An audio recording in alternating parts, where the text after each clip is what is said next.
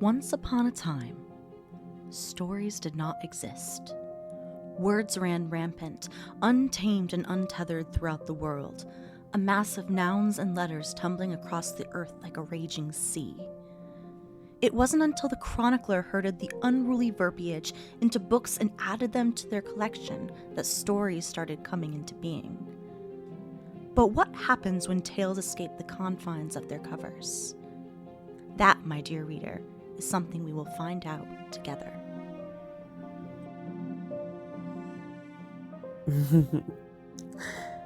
I need to get back to where I'm from. My friend is waiting for me.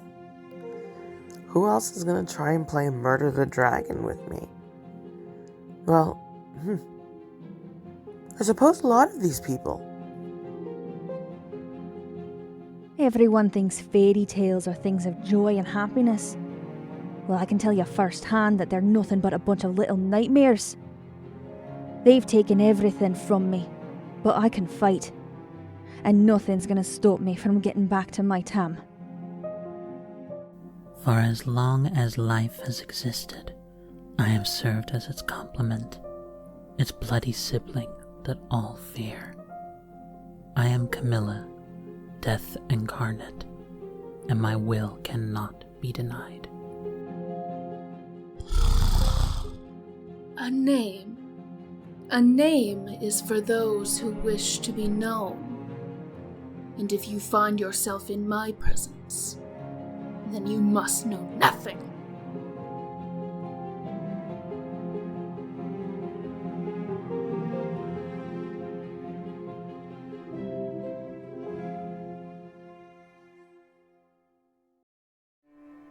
Hi, everybody! We are live. Wow, it's been a hot minute since I've GM'd on stream. Hello, everybody. Welcome to the premiere of Journey to Book's End, a Cypher System fairy tale campaign. I am Mare. I am your page master for this campaign. And before we get started, we're going to do a couple of hey, hi, who we are, who we're playing. I'm going to introduce the charity and our donation incentives, and then we'll get started.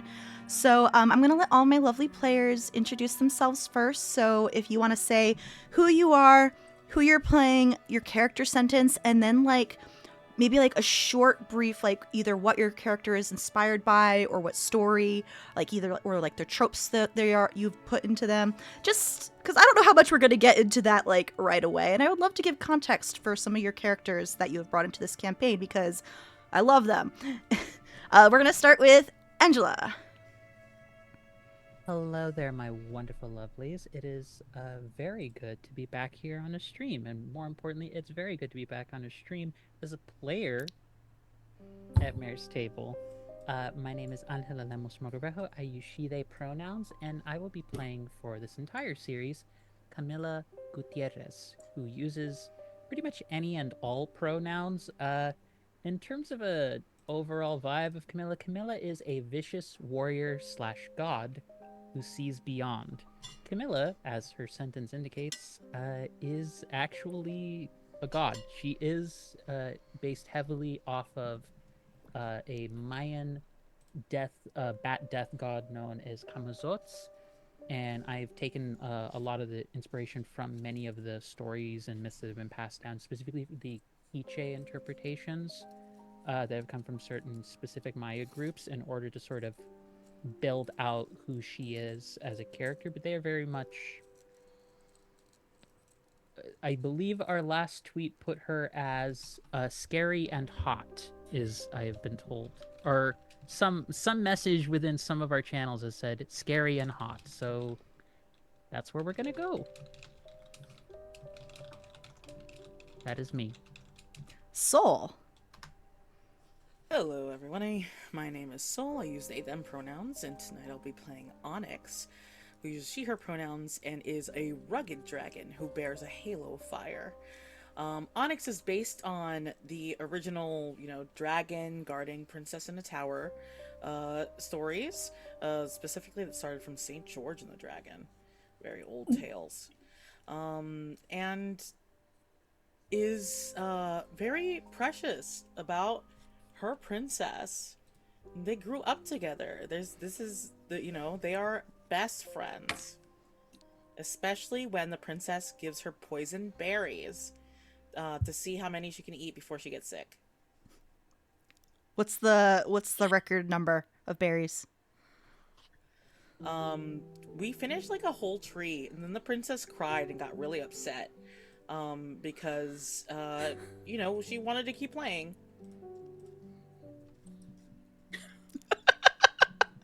Thank you. We're gonna go with Charlie next. Oh my goodness. Hello, everybody. My name is Charlie Keegan James. I use he, they, she, any pronouns. Today I'll be playing Bonnie Janet, who uses she, her pronouns, and she is a strong willed explorer who looks for trouble. Janet is pulled from one of my favorite Scottish fairy tales, The Ballad of Tam Lin. And she's a lot of fun because she's kind of a gender role reversal of a lot of classic fairy tale tropes, where she is the heroine destined to rescue a man in distress. And she is also, as opposed to being whisked away by the Fae, she's trying to stop them from whisking other people away. And she's spunky, and she's got nothing in her pockets but a knife and audacity. And I'm so very excited. And last but not least, Amaya. Hi, I'm Amaya. I use she, her pronouns, and I'm playing Mishi, a guarded beast who speaks for the land.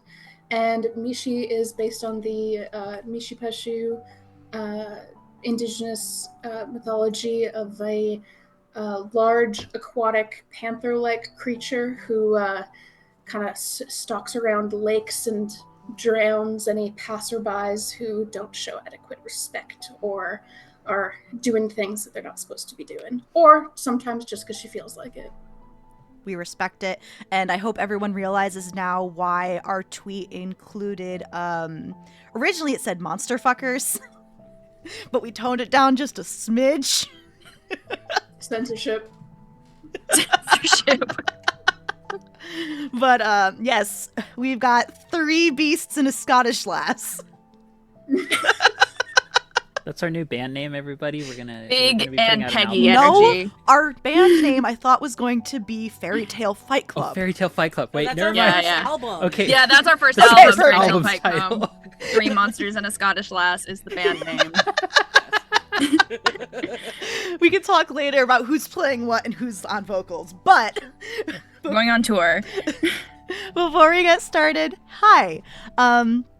This is a charity campaign. We are going to be raising money for the Palestine Children Relief Fund, so PCRF. At any point, if you would like to donate money, if you are able, you are not obligated to, but if you can and have the means, you can hit that ! donate button, which will give us the link to the Tiltify as well as our list of incentives. So yes, you can help or hinder my players and also donate to a good cause. If for those of you who are unaware of PCRF, they have been providing free medical care for thousands of children yearly. And since 1991, they have been envisioning a world where all children in the Middle East have access to quality medical care and humanitarian aid. So do that. Please donate me a lot of natural ones to give to my players. And I'll tell you what that means in just a second. So, our incentives for the campaign are for $5. You can give a player of your choice an assist. It will basically help ease their tasks and skill checks. For $10, you can. There's 2 choices for 10. You can have the players find a cipher at random, which are basically one-time use magical items, or you can give someone a critical success, a natural 20. They will automatically succeed on their check no matter what. For, oops, there was a typo, but for $20, you can give a +1 asset to each of my players. For $30, you can give a natural 20 to all of my players. And for $50, you can give me, the Page Master, the ability to force a natural 1, a critical failure on my players. I think that's a great idea. If we got one $50 donation, we will hit $300. Let's fucking go. Be mean to us for money. You be mean to or help us. them. You know how it is. At least one of us will be happy that you're being mean to us. And we'll unpack that later. We spoke about the reason why we would be happy before this game. I'm gonna keep my mouth shut. Anyway, are we ready to get started? Please. Let's go. All right, so I'm gonna start this session off with a bang. Hey, Soul, would you like an experience point? Yeah, let's go. Oh, beautiful. You, for those of you unaware, when I award experience points, that's a GM intrusion. I get to do something a little fun. My players get 2 experience points, one for themselves and one for another player. Who would you like to gift your other experience point to? I'm gonna gift it to my other antlered friend, Mishi. Perfect. Thank you. And before I tell you exactly what that experience point is, tell me what the last series of events you remember is. So Onyx is sort of relaxing at the top of her tower. Long neck craned over one of the parapets to sort of surveil the land beneath. When this, like, small, fleshy weirdo comes up to the tower and is like, I am Prince Pinard! I'm here to take the princess from you! And I didn't listen to any of the rest of it, honestly, because why would anyone take my best friend from me? Obviously, the fleshy thing needed to learn some manners. So I reared up and I sailed down. That's what I remember. That's the last thing you remember. And as you are stirring, just kind of like getting your senses about you, and like you're moving around a little bit, you feel compacted. Very weirdly enough, you can't feel your wings. The air is a little cold, like on your bare skin. Skin doesn't make sense. What? And your limbs are just kind of hanging in air while you're chest down on something hard and wood, and it's kind of not comfortable, but that's really weird because you've never had this problem before. Like, you lay on a hoard, it's in like stone and a parapets, and it shouldn't be uncomfortable. Immediately, Onyx is just like trying to like get these weird limbs under control. And it's just like, what is... And when These you... are the small thingies. Small thingies. And when you open your Rabbits. eyes, your face down with your like chin on some kind of wood. And as you're looking about, you see a lot of other wood and like rows upon rows upon rows of it. And you find yourself face down on top of a bookshelf, multiple dozens of feet in the air. This is not my mother's hoard. She loves these human contrivances.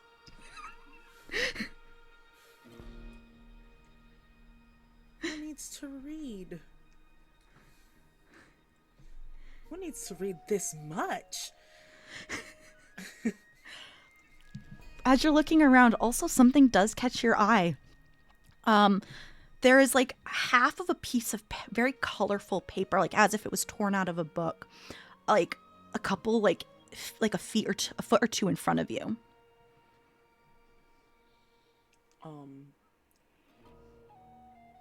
Onyx doesn't know how to balance with this type of body. So I think she just sort of like hauls herself over, like even though she's like... Is she like scooching like an inchworm? 12 feet by? 12 feet? No. Like straight up, like she tries to like almost roll towards it.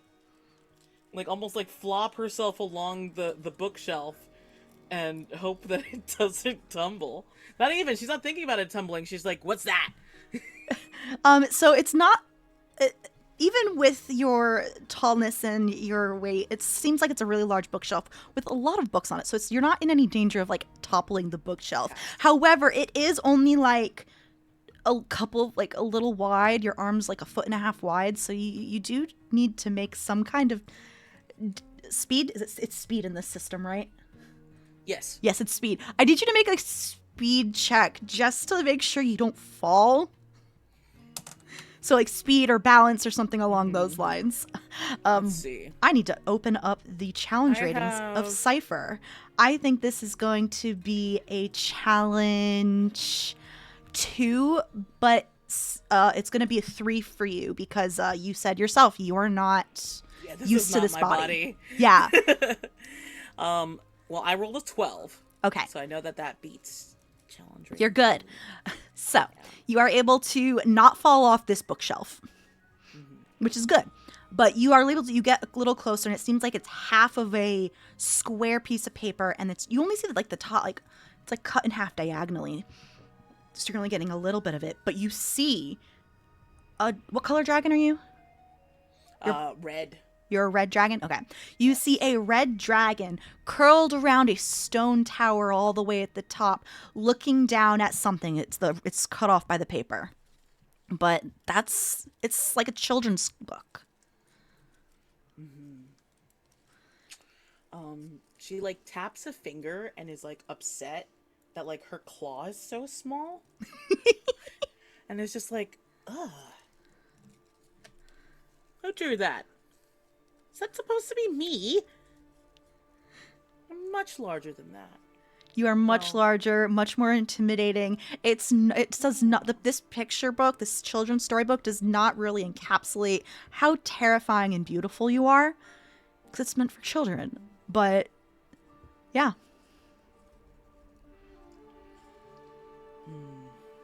All right. And as you're looking at this, like, you see more scraps of paper, like, on the ground at the bottom of the bookshelf. But you said it's 12 feet down? We're going to say, yeah, like 20 feet. I said a couple dozens of feet, but probably like 20 feet tall. Dozens of feet. Okay. Yeah, I will say it's about 20 feet. She just drops herself down there, thinking that her wings will come when she needs them. She just tosses herself off. I didn't look how fall damage works in this, but 20 feet is not a small amount. So that's true. Do you try to catch yourself when you realize your wings ain't coming? Yes. Okay. I'm gonna make this a might task, not necessarily a speed one, because you're trying to keep grip onto something and keep yourself from like falling, or at least slow your descent. So I'm gonna make this a challenge 3 difficulty rating of a might task. Okay. Gotcha.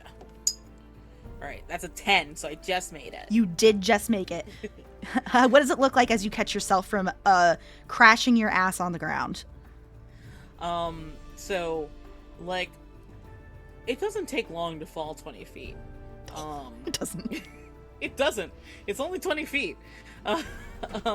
So it's a move, and then it's almost an immediate recognition of there are no wings on this body, and flailing and like claws catching on the backs of books and like tearing into the shelf. Yep. And then like catching herself about halfway down and sort of hanging up like this, looking down that it's like, well, now it's only a little bit to drop, and then letting go. Okay. You are able to land on the ground. And amongst, by the way, you did knock a bunch of books over. So some were falling with you. A couple like hit you on the shoulder. At least one hit you on like the head. Not like to do enough damage, but it's just like, damn it.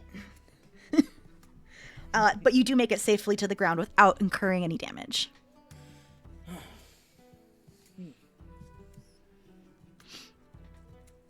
I hate this. And she kicks a book. You kick a book. That's a free action. Just randomly kicks a book and starts looking for pages. Yeah, so you are able to find a haphazard mess of children's book story pages. And do you just gather as many as you can and start looking through them? Yeah. Basically, You gather as much as you can. You even find like the cover of this book, which is remind me the name of your book again? The Princess Must Escape. It's titled The Princess Must Escape, and it's essentially a story about you and Princess Petite. And it's talking about how Princess Petite does not like being caught up in this tower, and how she wishes to get away from this terrible dragon who is keeping her here.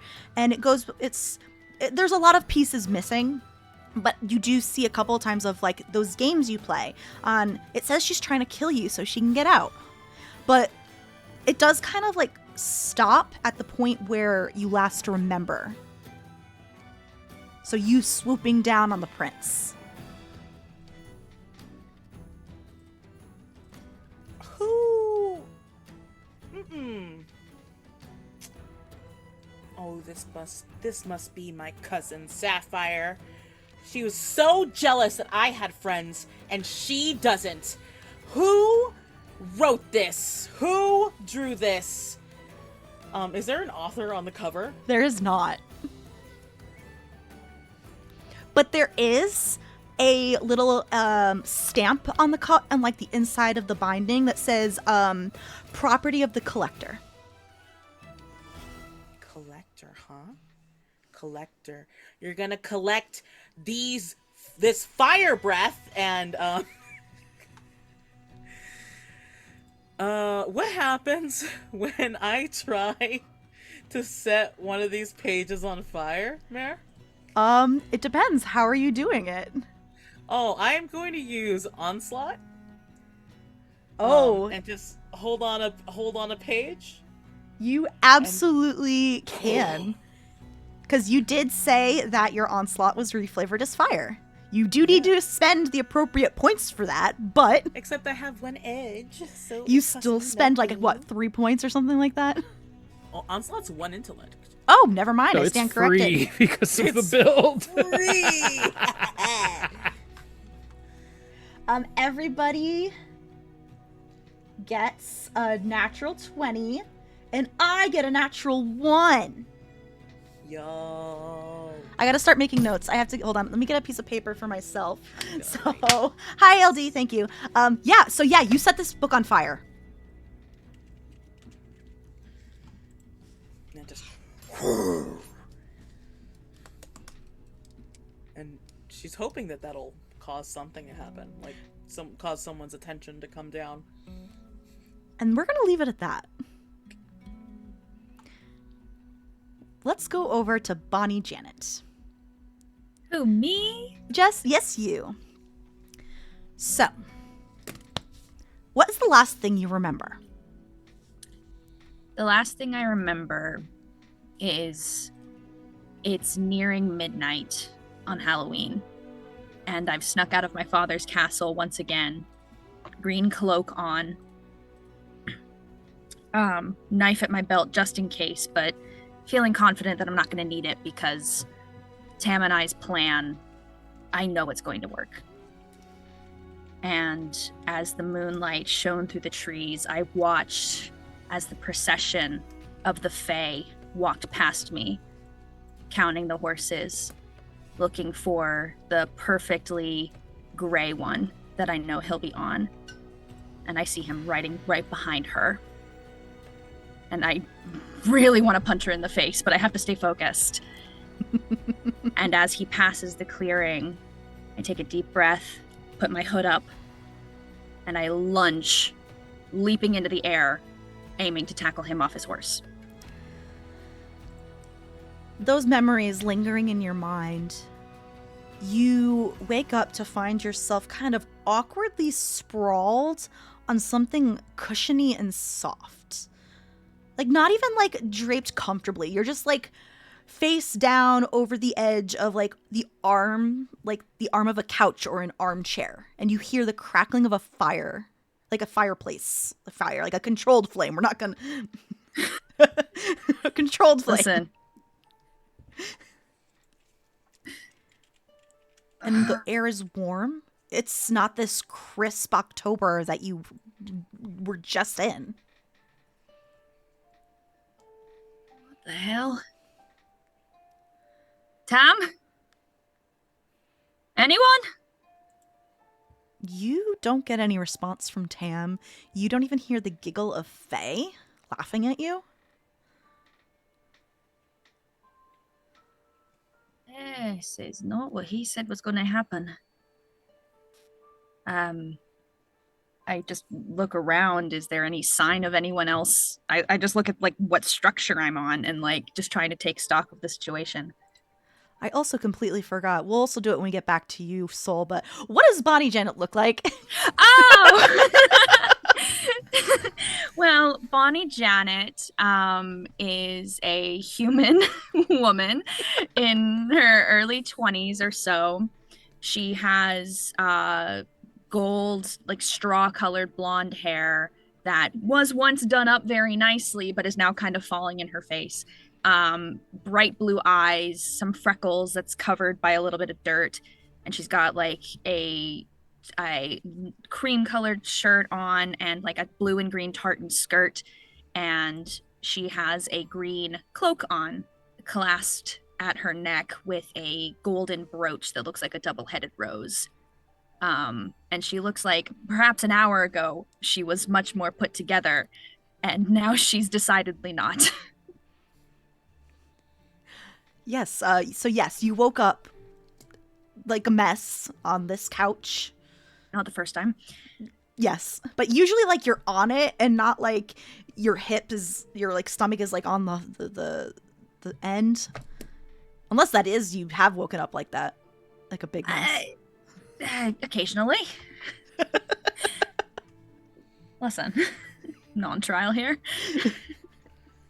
Drinking age is much younger than back then. It's fine. Listen, it was dangerous to drink actual water back then. Everyone drank beer. That's historically accurate. Anyway.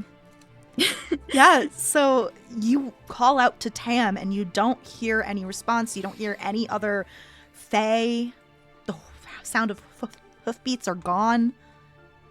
You are not in a forest. All right, plan B.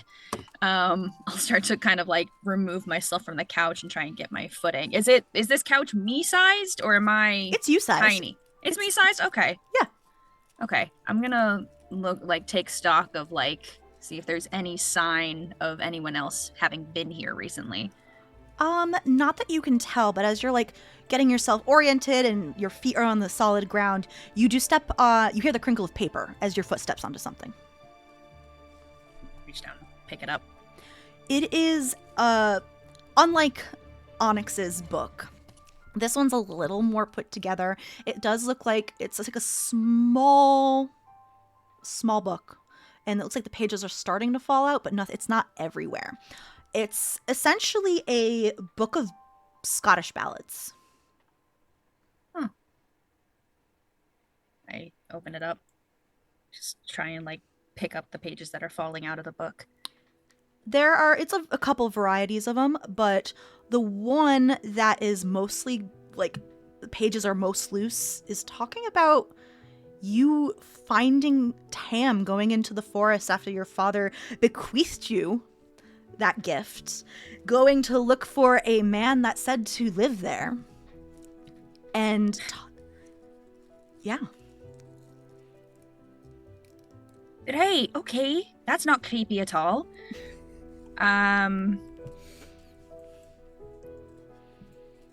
don't know what to do with this information.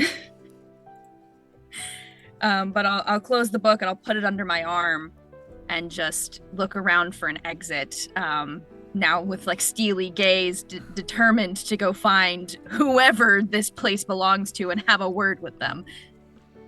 Yeah. How are you gonna find an exit? Because even if you just like go to the end of like you are in like a little clearing, there's a couple couches, there's a fireplace, you see only really bookshelves. Many bookshelves, like rows upon rows. Well, if I can't see an immediate exit, I think I would walk around like a few bookshelves, and if I can't find an immediate exit within like 5 minutes, I just go, well, not going to get a good vantage point from down here. I'm going to start climbing the bookshelves. Okay. Please make me a climb check. This is going to be a might-based roll. If you have any skills that'll help you, you can add them. This is going to be a difficulty 2. Oh, okay. It's not going to be hard. Yeah. So you need a 6 on your d20. Gotcha. If you're not spending any assets or anything, or effort.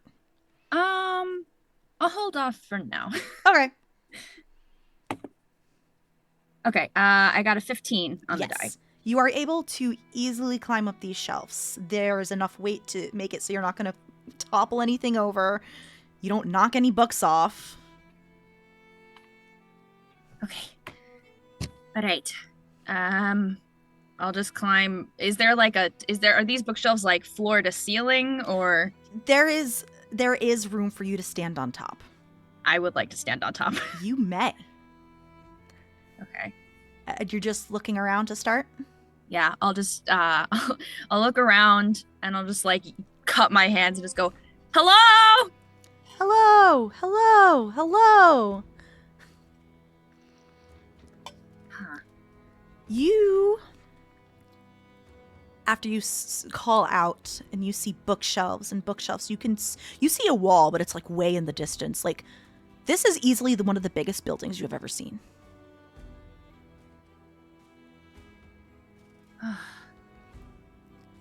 Right. Okay. And as you're looking around, you do see a little bit of smoke coming from one of the aisles. Immediately, like, if I can, hopping from top of bookshelf to top of bookshelf to get over there. Yeah. Yeah. And we're gonna go to Camilla.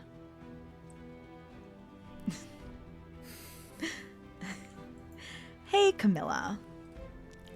What is the last thing you remember? I remember being in a place that is extremely dark. It's as though night permeates every aspect of this place, and there is a constant sound of screeching and echoes, and it's not of a random creature, it is of bats. It is the place that in many ways I have come for a purpose. It is Xibalba, which is known as essentially the House of the Bats.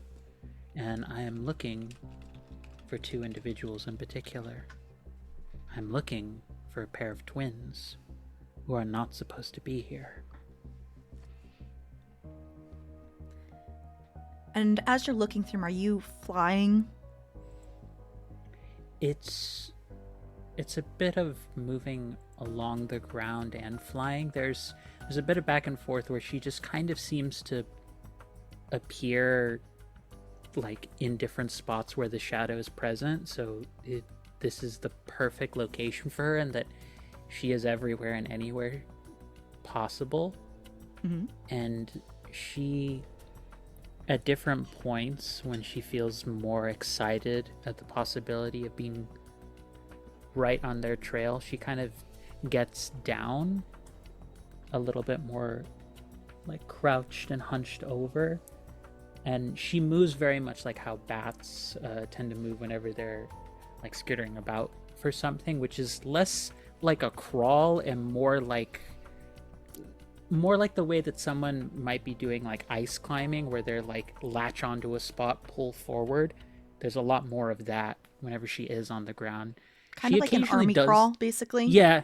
She's not opposed necessarily to walking like bipedal, like upright, but more often than not, she prefers more of that kind of body posture of what a bat is flying through the air or what a bat is moving through the ground.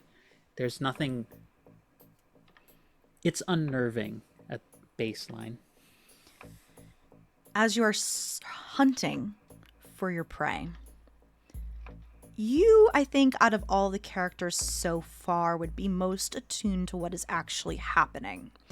And especially with your your hearing. You are a bat. You echolocate as if you need to. You have very tuned senses. And it kind of almost felt like something was tearing, but it wasn't a sound. It was like it resonated through your being. And that's the last thing you remember as you find yourself under the weight of something. You are under something.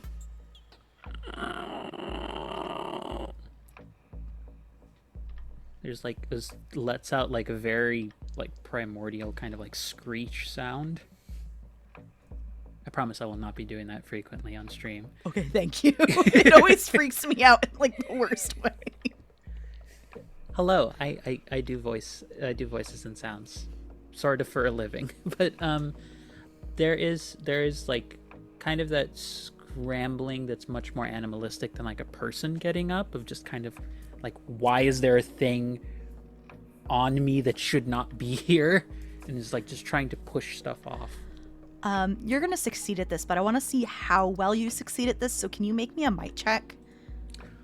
Oh, that might actually not go in my favor, but we'll see.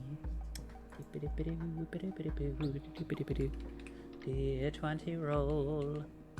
Pray for me, people. Pray that I do not fuck this up. You'll be No, I fine. refuse. I want it. I need it. 14. Yes. Go to hell, Soul. So you are under a pile of books. Looks like some kind of bookshelf like was toppled on top of your body, and you are starting to scramble, and these tomes go flying as you try to remove yourself from underneath this a very annoying piece of human property.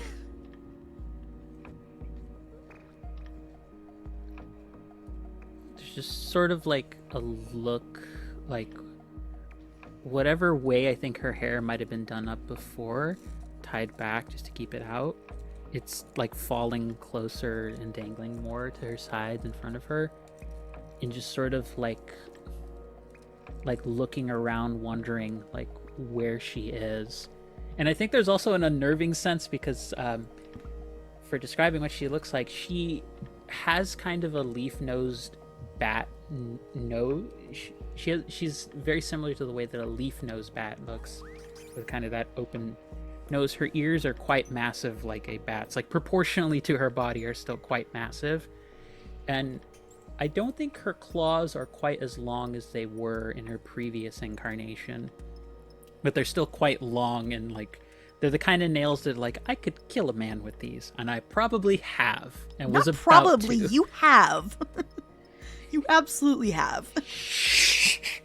Death bat god. It's not a surprise. Listen, I could just be somebody who's there every time they die. Although that suggests that I watch them every time they die, which isn't any better, so... You are a vicious god. Okay, fine. I murdered lots of people. God. Literally. But I think one of the most... like, she is wearing something that's much more akin to, like, hand-woven, like, textiles of some kind. The outfit is much more ceremonial than it is, like, necessarily for practice.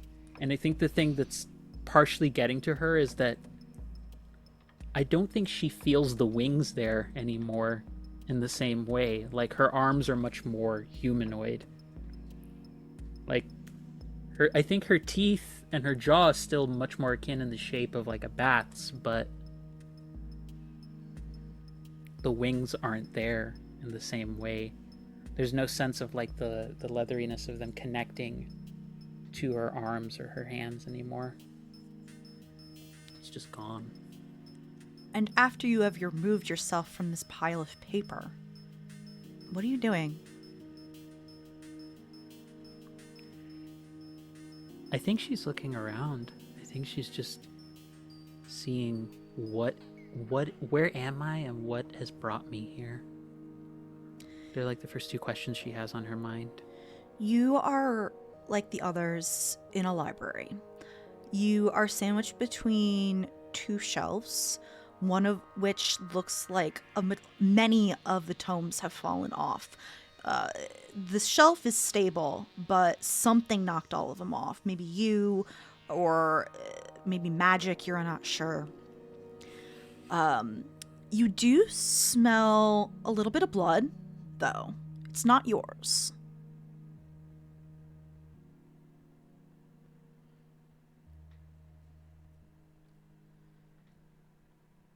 She starts moving towards where she smells the blood. It's down you're basically following the scent and you're going down to the end of where the bookshelf is, where it meets like another cross section. And basically one aisle over, you see a torn mess of paper. It is a book that looks like it used to be readable, but it was maybe potentially ripped to pieces by some kind of animal, and there is some blood on the pages. Human. Definitely human.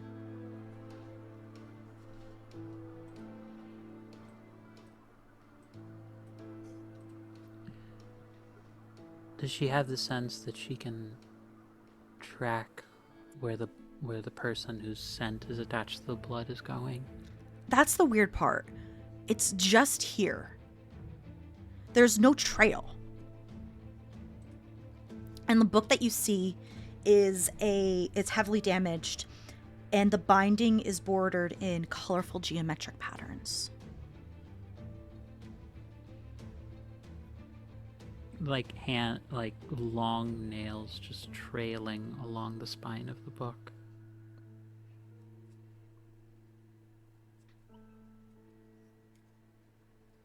What happened here? And I think that's a good spot to go to Mishi. Uh-huh. Hi, Mishi. Hi. What was the last thing you remember? The last thing Mishi remembers is the sudden fear that she may be about to fail the one thing that she's supposed to be doing, and that is stopping any human from stepping foot on her home, her island. She's a panther-like feline creature with scales and fins, clearly very proficient in the water as well as on land. Long claws, deer antlers kind of going back. And she's in a fight. And the last thing she remembers as she's preparing to rip someone to shreds is being taken off guard and being struck from behind, and sharp, excruciating pain in her long tail. As you wake up and come to your senses, you smell leather and wood, but it's not wood. It's been processed, something like it's been processed. And you're on the ground amidst something sharp.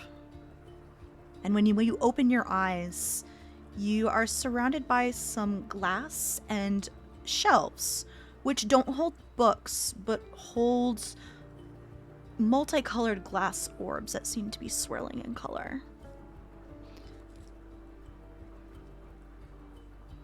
And what does Mishi look like now? Yeah, Mishi kind of struggles to stand, and now she's in a more humanoid form that, as opposed to Onyx and to a certain extent Camilla, she actually doesn't seem thrown off by this change. this is something she isn't known to be able to do, is change her appearance. She is a kind of more feminine humanoid shape, long hair that is just always wet and dripping. Her deer antlers are still there, going back. She has scales kind of like on the forehead, cheekbone, arms, uh, long, thick, claw-like nails, and a little bit of webbed fingers, just enough. And clothing-wise, it's to call what she's wearing clothing might be a little bit of a stretch. It just kind of looks like she maybe stepped out of a swamp and this is what has stuck to her.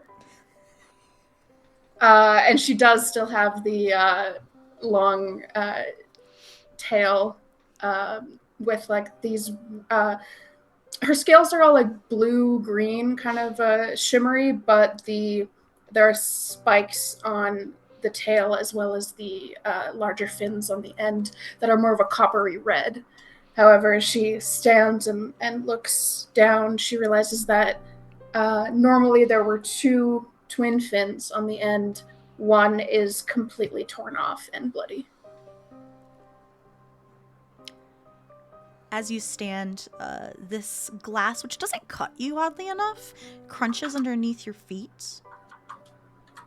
And it seems to the glass feels like it's trying to tell you something, but it's shattered so it can't. And there are several that have looks like it's fallen off their little pedestals on these shelves and fallen to the ground. But some are still up. She is also not wearing shoes, and I don't think has ever worn shoes. So Fair. The glass not harming her is pretty good. It's pretty ideal. I had a feeling you weren't wearing shoes. Yeah, I think for her it's immediately assess the situation, figure out what you can learn immediately at first glance, try to figure out what's going on. Sure. And how are you? Are you just looking, listening, smelling? All of the above. Primarily focused on is there an immediate danger? There is no immediate danger. From what you can tell, the air is still. There is no wind bringing scents from anywhere else. You don't hear the soft footsteps of anyone trying to ambush you. There's no environmental dangers from what you can tell, other than the fact that this is a place that is unknown to you.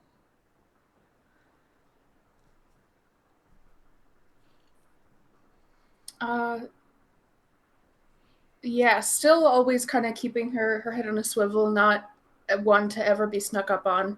She would investigate these glass orbs. Sure. Are you looking at them, touching them? What are you doing? Yeah, I think she just grabs one. Sure. So you grab one, and can you make me it's intellect in the system? Intellect Yes. defense roll, please. Okay. It's going to be very easy. This is a simple task. It is a task difficulty 1. It definitely feels like it's what you feel is magic. And it feels like it's trying to impart something to you, but it is something you can easily brush away. It doesn't feel like it's not pressuring you. Okay, I've never played the systems yet. Sure, that's right. But... Okay, so I think the first question is, do you try and resist it?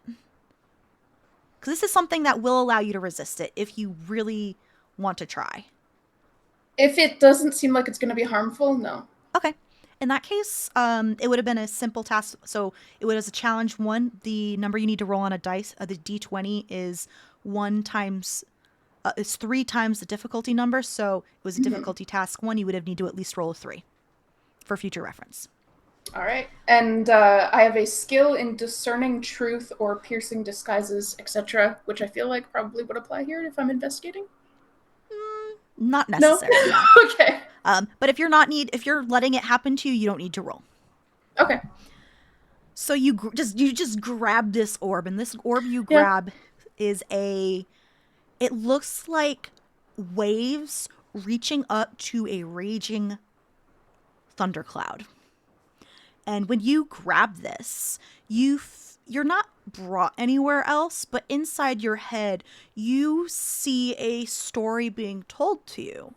And it is a story of one of your and Paya's fights, duels.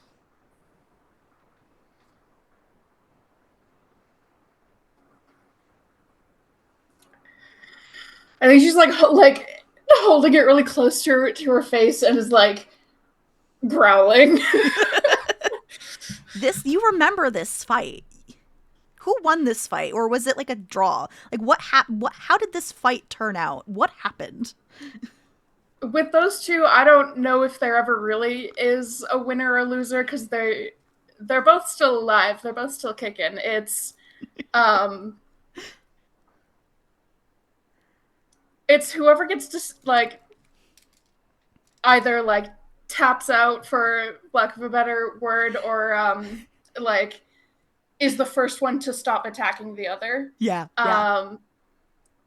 And I feel like in that case, in this case, it was Mishi. She's at a disadvantage not being able to fly like her adversary can. Yes.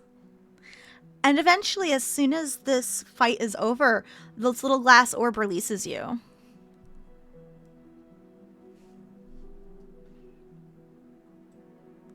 I think she would like keeping this with her.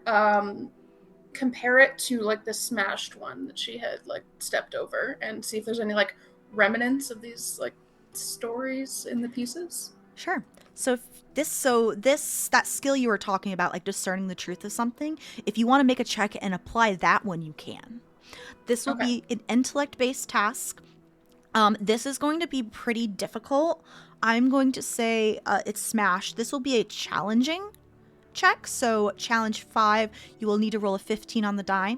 Since you have this skill, it will bring the difficulty down to 4. Do you want to spend effort, which basically is you spend 3 points of intellect and you can reduce it by 1 more challenge rating?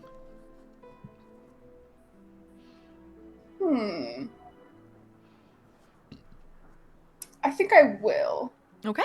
So I'm going to open up your character sheet just in case so I can look around with you. You are going to spend 3 intellect points and apply 1 level of effort. And then you can roll.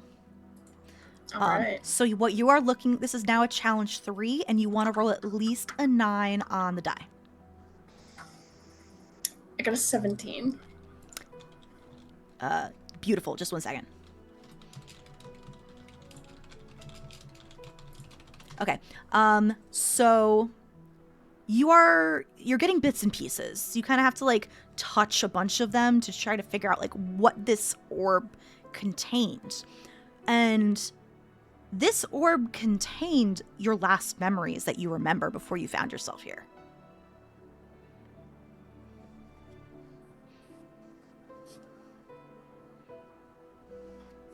Now, Mishi is more of a fuck around and find out kind of character. And so she sees this smashed orb and this intact orb with a memory that she has, a story.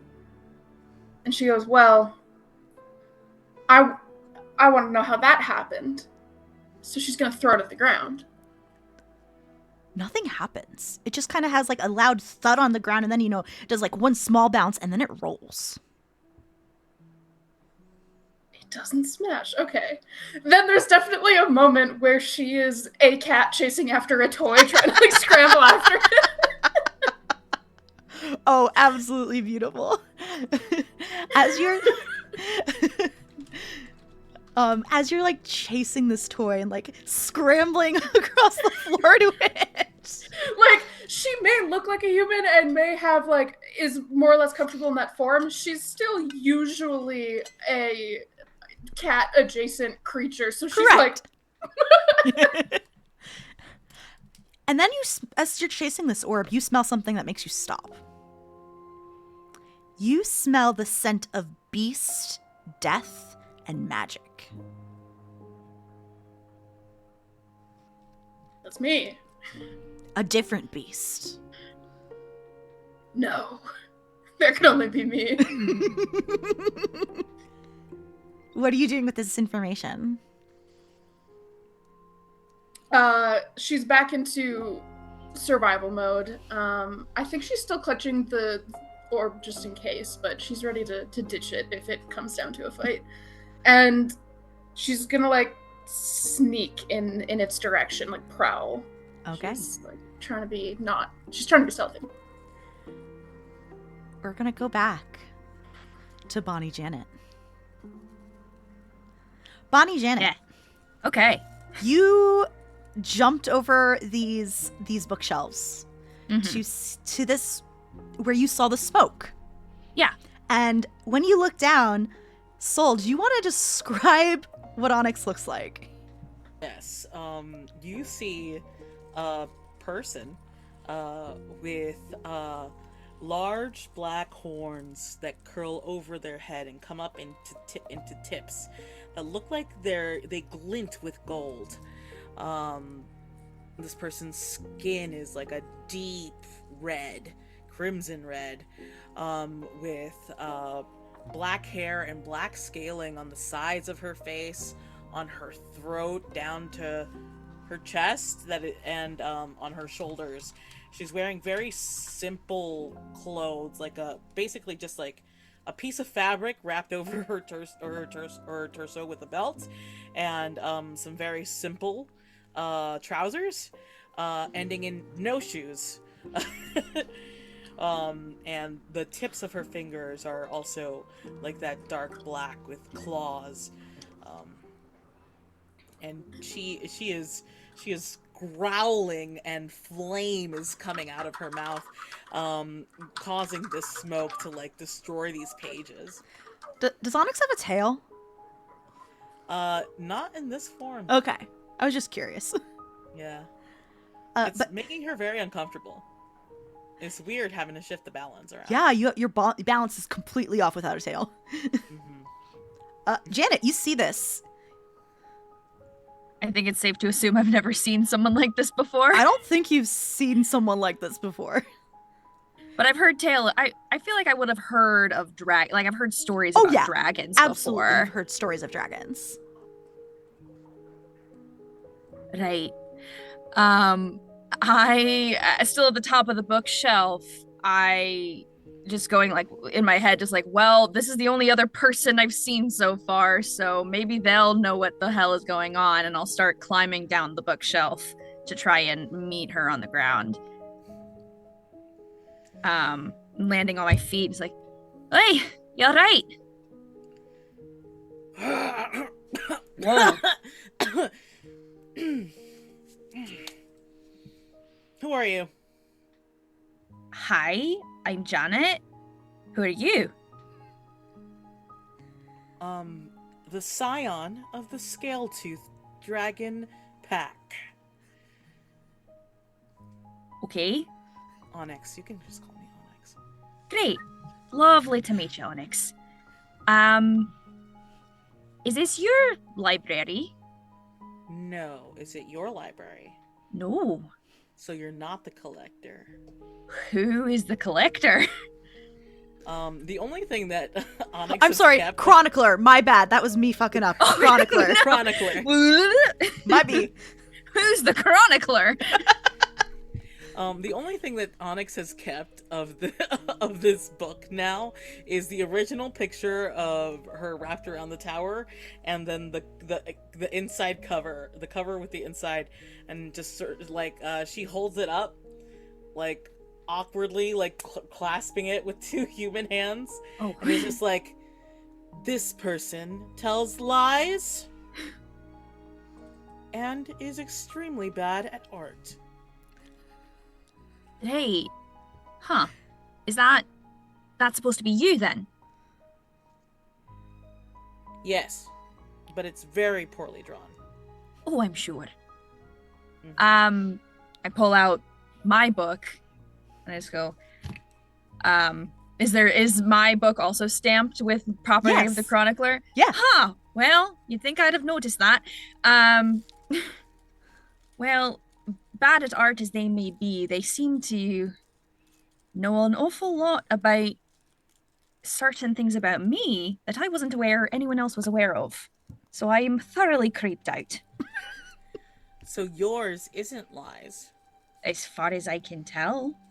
Fascinating. Just very, very scarily accurate depiction of the last 3 weeks of my life. Are you away from your dragon? Is that why you're upset? I don't have a dragon. All very beautiful lasses should have dragons to protect them. Oh, well, thank you. I can protect myself well enough, thank you. But I appreciate the compliment. No, I don't know anyone who has a dragon. Where I'm from, I don't think anyone has ever seen a dragon. Huh. The land you come from, no offense meant. Well, some offense meant. The land you come from must be very boring. Occasionally, we have other beasties. Yeah, that's fair. Well, you have the attitude of a dragon, so I really admire it. I really admire it. Thank you. Oh my goodness. So, the chronicler is a stalker for you. Yes. And a liar for me. We should find them and beat them black and blue. You know what, Onyx? I love that idea. Fight club. Fight club. Fight club. Fight club. A lot of pent-up energy today. Someone's going to be on the wrong end of it. Well, if we can find anyone, we can fight, and then it'll be fun. You know what? That sounds great. Yes, yes. We can play Murder the Dragon. It'll be great. Sorry, what? Oh, Murder the Dragon. That's a game. Yes, my best friend and I play it often. Well, she must not be very good at it then. No, she's terrible. It's so sweet. Right. Well, I'd love to hear about the rules. Onyx is gonna sort of like gather herself up, try a couple of like awkward steps, and like like her butt is out and like she's leaning forward and she's like stepping like someone with like bad high heels, and then she like straightens up and she's like, oh, Do you need help? I'm just... Oh, I'm just not used to... I'm usually down. But from what I understand, these are not meant for walking on. Not traditionally, but, you know, Yeah. do what makes you most comfortable. Well, you seem to have, like, a good control of it. I want to try. I've been doing it my whole life. I have a bit of an advantage. Just a bit of advice. It's in the core, not necessarily in the butt. So just like keep it all tight and then just think forward. Okay. And Onyx like seems to like gather like straighten up, gather it, and starts walking, and it's not too bad. It's a little unsteady at first, and then Onyx is like, oh, this is fantastic. I do miss my tail. You're doing great. Well, you'll get the hang of it. Yeah. Let's... You haven't found a way out of here, have you? I did get sidetracked destroying the book. Right. Okay. Yes. That's okay. That's fine. That's fine. But I'm sure you can follow my nose. And Onyx like puts her nose up in the air and like tries to sniff. All right. Do you want to make me a intellect-based like perception task? Yes, I do. Trying to think what you would smell other than books and how difficult this would be. Actually, yeah, I have a question for you. Yeah. Onyx is making a guess that this creeper has magic at his disposal. Of course, she's already making assumptions that it's a man. I'm so sorry. As a trans man, I shouldn't say that. But if it makes you feel better, the collector has like all vibes. Chronicler. The chronicler. Fuck me. We're doing it live, folks. But yeah, just sort of sniffs the air, and I think they're actually Onyx is actually going to be looking for magic. Okay. Because I know how good of a spellcaster is Onyx. Much better than a fighter.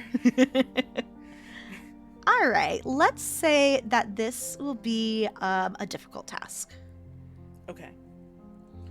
So with training, it gets downgraded to a... Oh, you do have a magical skill, I think. Magic training. Yes. Yeah, so that'll bring it down to a 3. Perfect. And she's confident. She's not risking, not risking. She hasn't thought to use any effort yet. Her life has been effortless up until now. Goes with the flow. Yeah. That's a chill. 20. A natural 20? Nat 20? Beautiful. My little dragon. Bow, bow, bow. Is there any major effect you would like from this?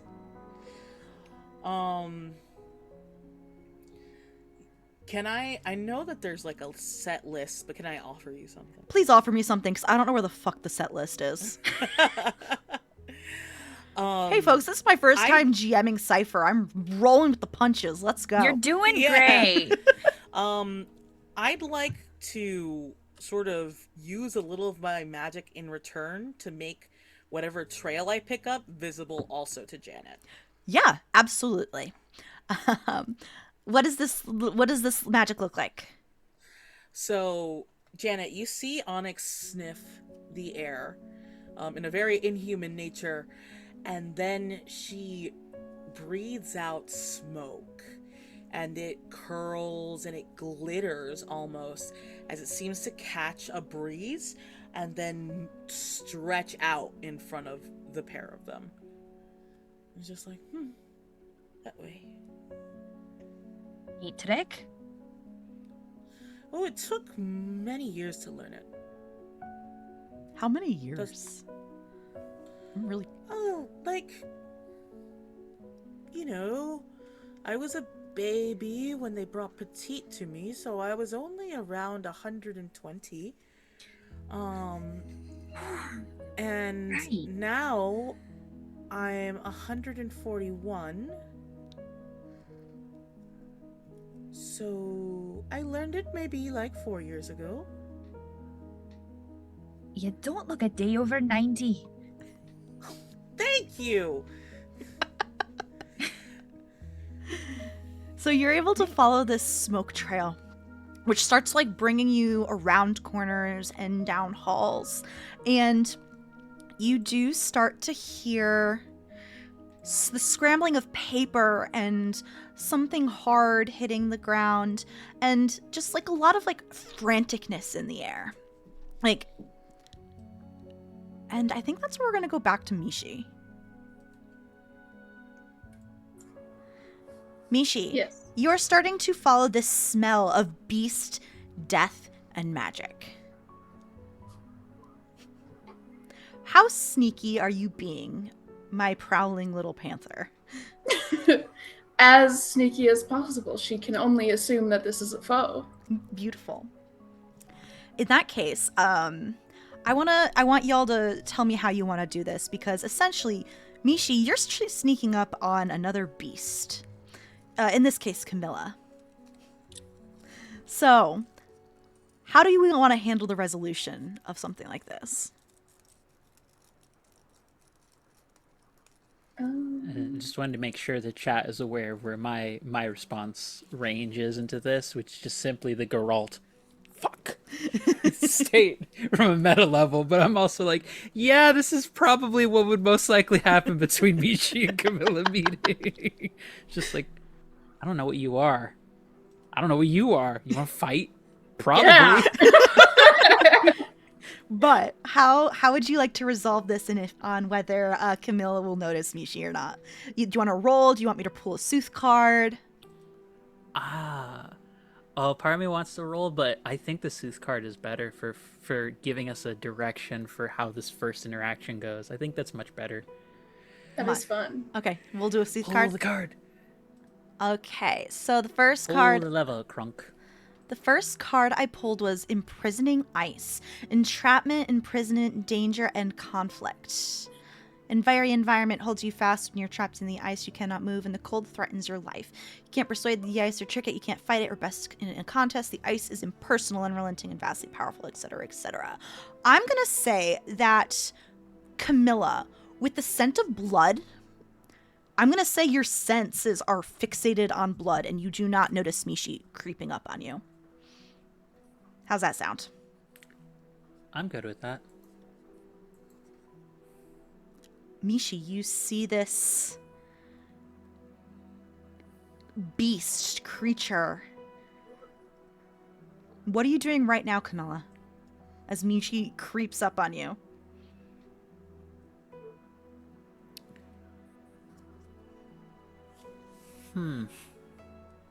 I think I don't initially hear it coming, but I took another look at See the Unseen, and it says, I normally perceive creatures that are normally invisible, out of phase, or only partially in the universe.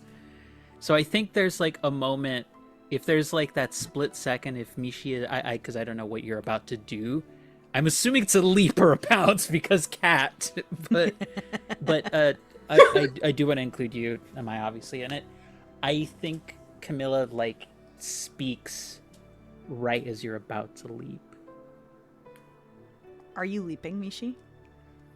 Oh, well, whatever you're doing. I think there is a beat or two of her just observing, of like seeing a creature and not knowing what it is not normal for her. She knows what's up. And then naturally being like, well, I'm in an unfamiliar place. This is another beast. This is probably the person responsible, and she's not exactly a negotiator. So yeah, she's like gonna pounce. Right before you do, she speaks. Are you looking to hurt me?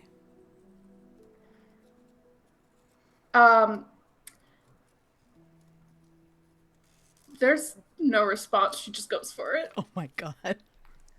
Why would she give you any sort of advantage? No. Of course. Sorry, No, you it don't makes negotiate with prey. Exactly. sense. This is our natural world equivalent. We don't negotiate with terrorists here.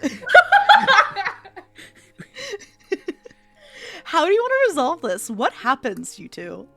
I swear to God, any other campaign I'm in, I do not start off with PvP. No. This is not. I was looking at all of y'all's characters, and I'm just like, I don't think there's going to be a voice of reason or team mom in this group. No, there isn't. I think the moment you try and leap, I think it is a pure reflex on her part. The wings like immediately like spread out, and Oh, she there are wings. like she doesn't have conscious control of them. That's, I think, the limitation with her going berserk that I think I want to make canon, is that she has the wings, she just can't actually fly with them because mechanically I don't have that. So I think it's more of a she doesn't have active control over it. It's just when she goes berserk. And I think she just lashes out at you with one of the claws to like try and like basically she's doing the tall to short person kind of thing of like when you have someone very small trying to like do punches at somebody and they're just like holding you right there, except it's a little bit more like unpleasant because it's like claws like wrapped around your throat. It's like So normal for Mishi?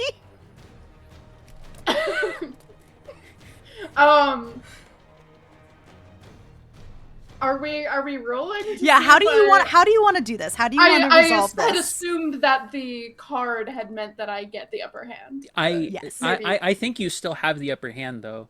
Like, because I don't think Camilla is expecting you to actually be as strong as you are. Yeah, I think it's like... I think she thinks she has a hold on you. She does not. Okay, then yeah, I think it's like a pounce, and Camilla, being a god, assumes that she'd just be able to... But that does not work. No, and it does not work. Camilla has been nerfed. Yeah. Patch notes came in. I got fucking nerfed to no end. This sucks. The meta has shifted, bitch. So, I don't know how much surprise Camilla actually feels, but this is a fucking surprise. You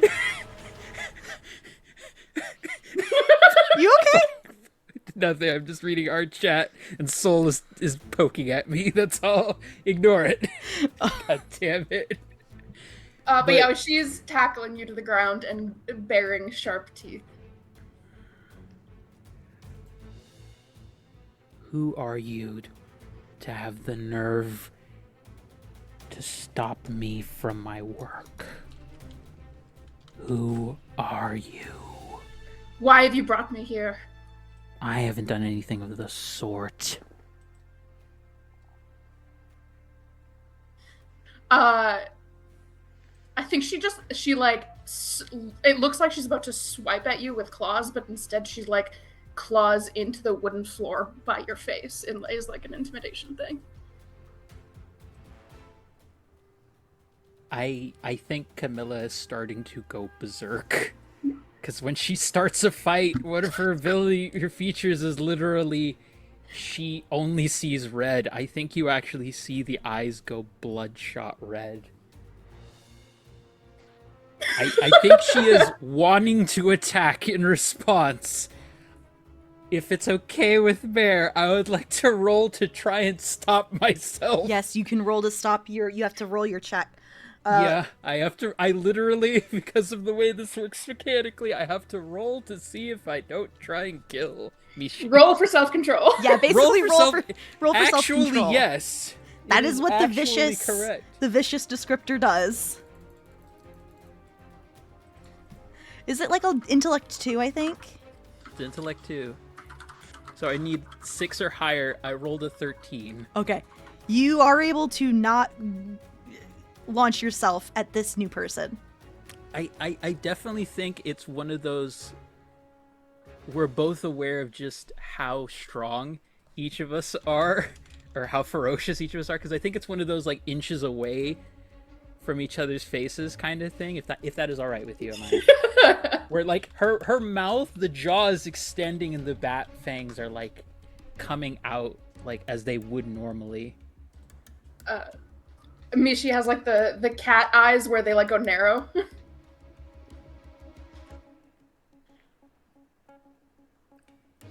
Stop trying to fight me. Like her nails are digging into the stone and the ground, and they're not breaking. Why have you taken me?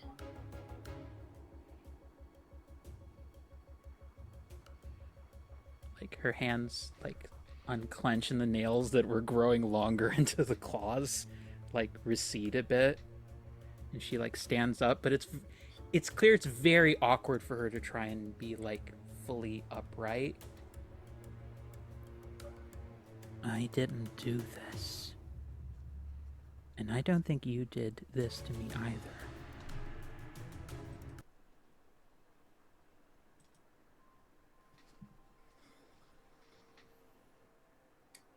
I think she goes to slowly back away, but still doesn't trust you, so it turns into like a quick, like, get out of arm's reach, disengage. Who are you? I am death itself. My name is Camilla.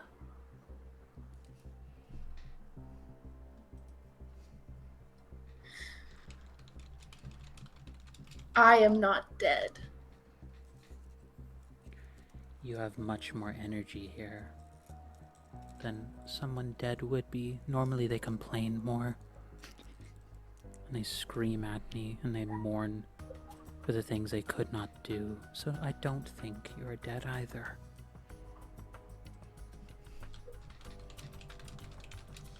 What is this place?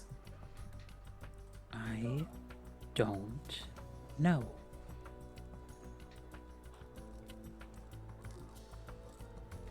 It's like Haunch is just slowly sinking down.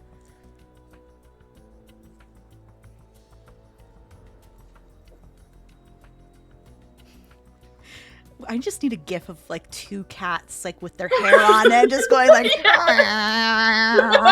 Basically, where we're at. That is basically what's happening right now. It's just two very angry cats, neither of whom wants to see dominance.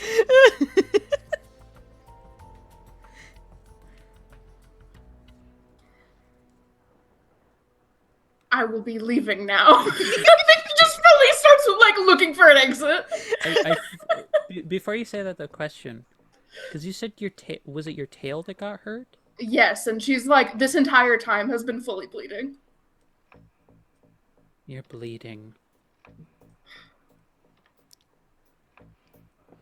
She like moves her tail so it's behind her. Hiding the truth is not going to make it any less painful.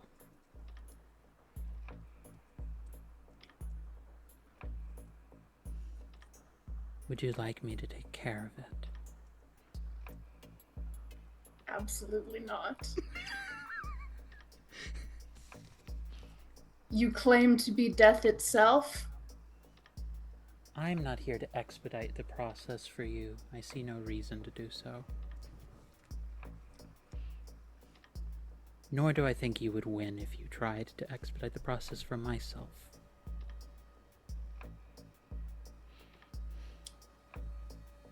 I think we've seen evidence to prove otherwise.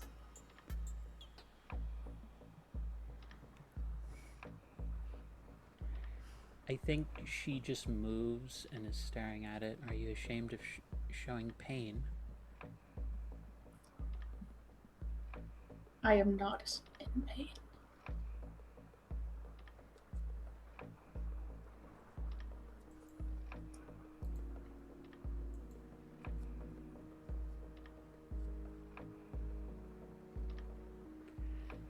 She stands up more to, like, attention. You're a very poor liar.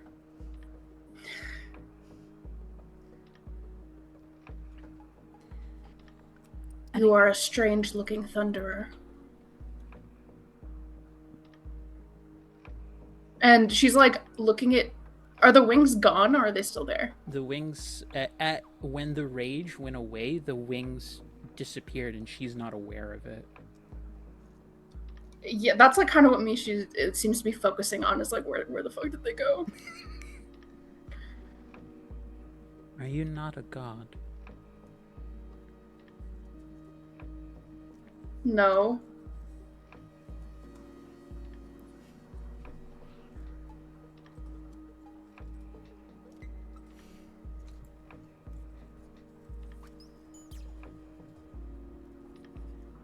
Then I see no reason to have any grievance with you. You did not mean to harm me, nor did you pull me from wherever I was. I was in the midst of something important.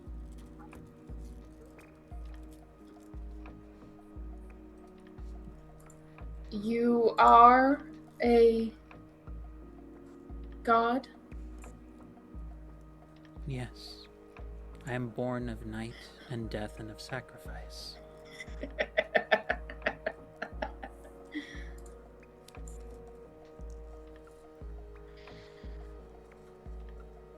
Bring me back to my island.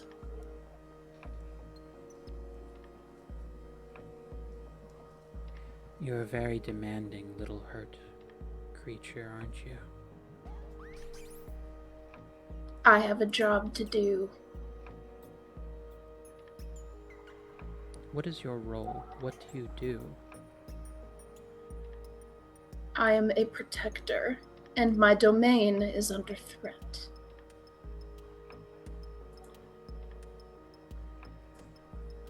we have a common goal.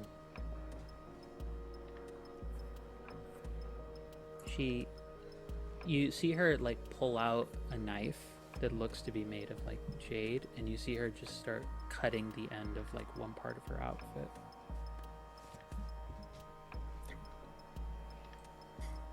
Practical.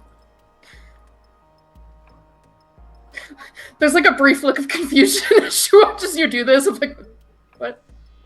If you'd like to get over yourself and stop your bleeding and pain, I can deal with your wound.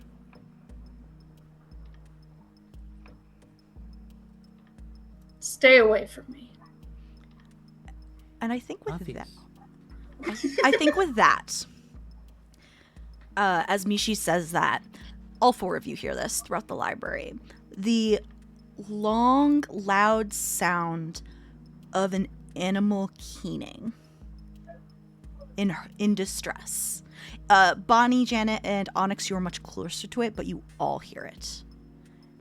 And we're going to go to break. And take our lovely break, get some water, hydrate, use the bathroom, pets our pets. Everybody, we will be back in, I don't know, somewhere between 5 and 15. We get back when we get back. Hey, everybody, we're all losing our shit in the back rooms. Talking about Tommy and girlfriends and drunk girls in bathrooms. Like you do. Pure entertainment over here, but hi, anyway, before we get back, just a reminder that this is a charity game. Raising money for PCRF, and if you want to help donate for a great cause and also cause me and my players problems or benefits, the donate link is in chat. Anyway, last we left off before we went to break, all four of you heard the sound of animal-like keening of a creature in distress. The sound is much closer to Janet and Onyx, and it's a little farther for Amaya and Camilla, but is there anything that y'all do? And for Janet and Onyx, it sounds like it's the smoke is leading in that direction. Oh, perfect. I hear an animal. Yeah, there's a bird outside my window. Oh, hello, friend. I kind of look at Onyx and just go, that sounds promising, if not distressing. What manner of creature does the chronicler torture now? And so Onyx breaks out into a run. Oh, yeah. And then falls, gets up, pretends like it didn't happen, and starts running again. I didn't see anything. Start jogging. Mishi and Camilla, what do you do in response to this animal sound? From your animal instincts, by the way, this is something you are much bigger than. It does not sound like a threat. Is there something I can do, perhaps a roll to tell specifically what type of creature? Honestly, I don't think you need to roll. You Okay. live in the type of environment that it would be. This is a fox. Yum. I think there's like her first instinct is like, there's creature, prey, something, food potentially, and then eyes are back on Camilla to see if like she's gonna make the first move. Like, she's not gonna be the first one to disengage from whatever's going on here.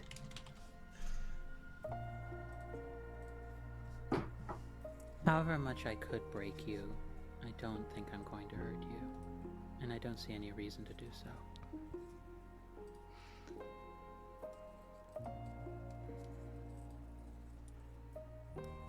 Don't forget who was on top of who a second ago.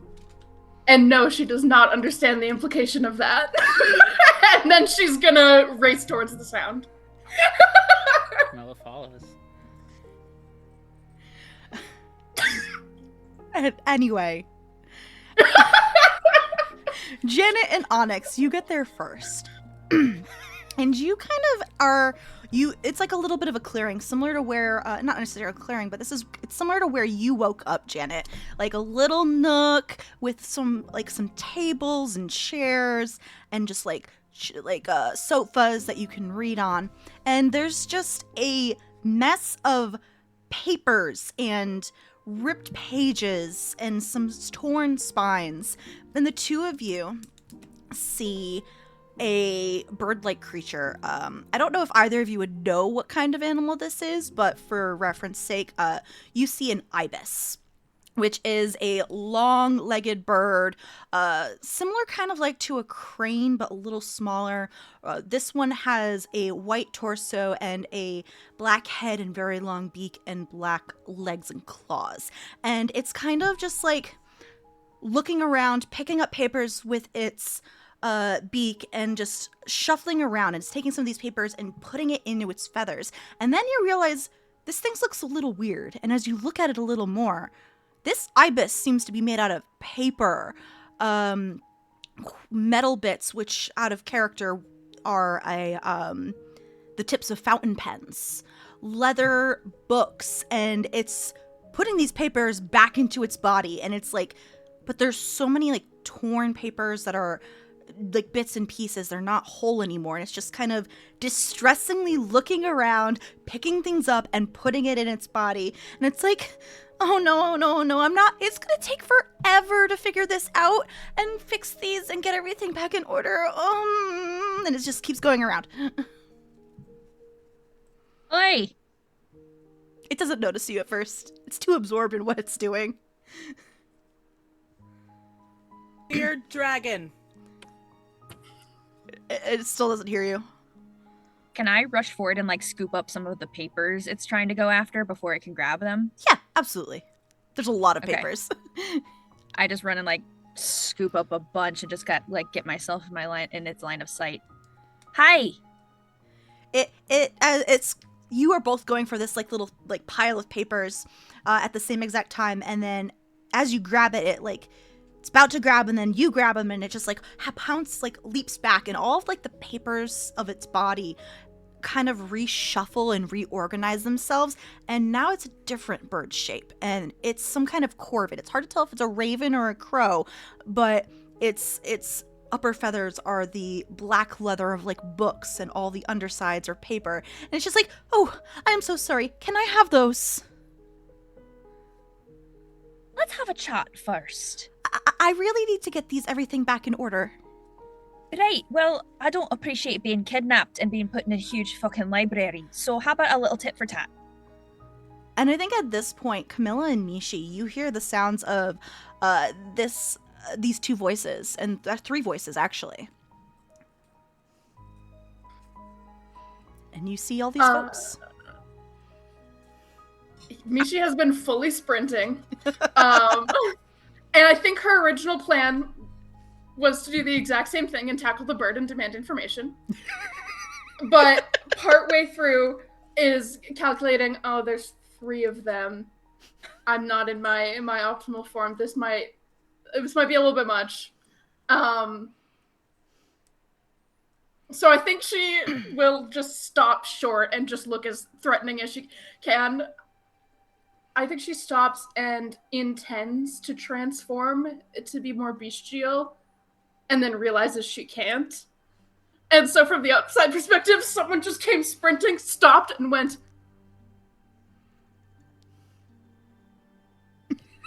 out of character, just so I can imagine all this. How tall is everyone's character? Janet's like 5'6" at the most. Onyx tall?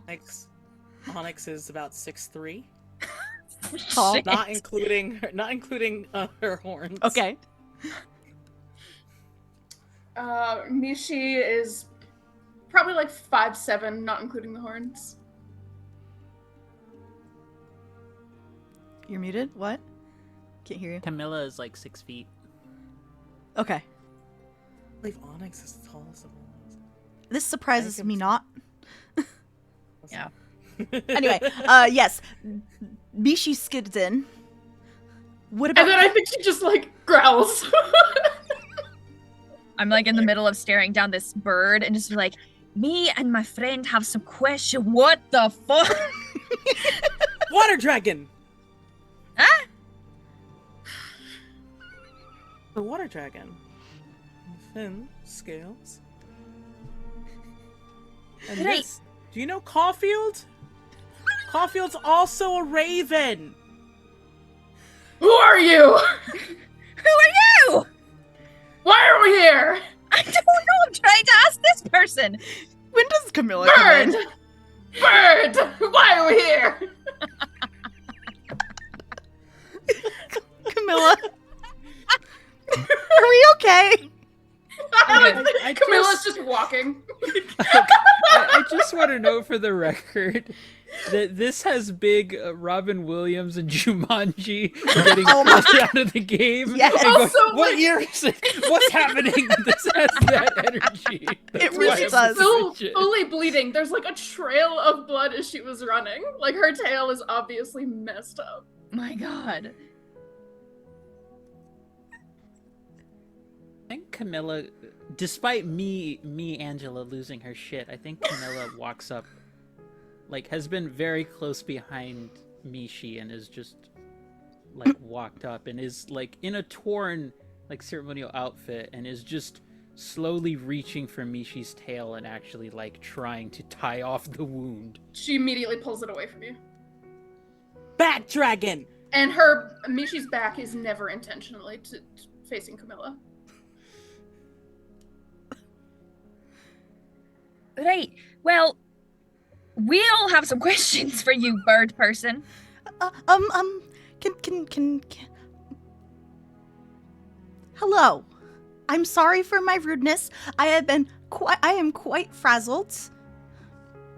Hey, that makes 5 of us. I'm sorry I could not have given you a better introduction into the library, but I do need to get myself back in order. So if you could assist me in getting my papers organized, it would be greatly appreciated, and then I will try to assist where I can.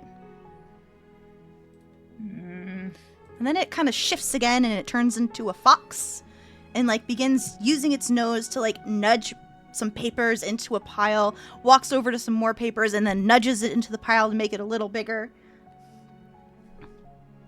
How about I give you a piece of paper and you answer a question? That sound fair? I can do that. All right. First question. Where are we? It kind of looks at the 4 of you. And then it sits down on its butt and its tail flicks. You are in the Chronicler's collection. Okay. Fair enough. Second question. Who the fuck is the Chronicler? Well, the Chronicler collects stories and puts them in their collection. I kind of look back to those 3. Onyx, you 2, any suggestions? How do we leave? Great question. Great start. How do we leave? Well, you would need to go back into your books, of course. What's a book? And it looks at you. What section did you come from? I think she's still like gripping with her claws with the orb of. Ah, yes. Your oral stories. The part of the collection that was collected orally. In your case, you would have to go back into an orb. It was broken. Oh no. And then it like stops and it begins to pace. Okay. Someone burnt my book. Didn't see who. Could have been anyone. Oh no. Well, that But it means was also full of lies and wrong, so it's not really much of a loss. well, the collector, the chronicler, does only take the stories down. They don't write them. But if something's broken, they're gonna have to go collect it again. It means it got out. So oh no, I'm gonna have to. Small one. Small bird friend. What is your name? Oh, I'm sorry. This was very, very rude of me. And it turns into an owl this time, and it like spreads both of its wings out and does like a low bow. My name is Dewey. Holy shit. I love him. Just watching the whole realization hit I knew it immediately, and then everyone was just spread. Jesus Christ. Dewey. This means nothing to Mishi. This means nothing Dewey. to any of you. Yeah, no. But all the players losing their Dewey. shit. Dewey, if do you need anything in this moment before you continue on with your work? Do you need anything? I need to fix the organizational system. I was attacked, and some of my organization was ripped and stolen and torn to shreds, and I need to get it back in working order, or no one will be able to find anything. Who hurt you? And then it pauses. I don't know what it was.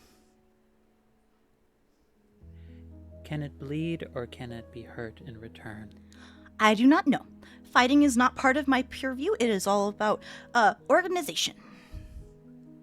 Well then, why don't we help you for a little bit, and in return, you help us? It seems only fair.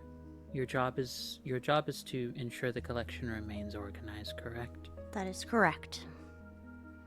If we help you, will that make if we figure out what hurt you and prevent it from doing so again, that would help you with your job, correct?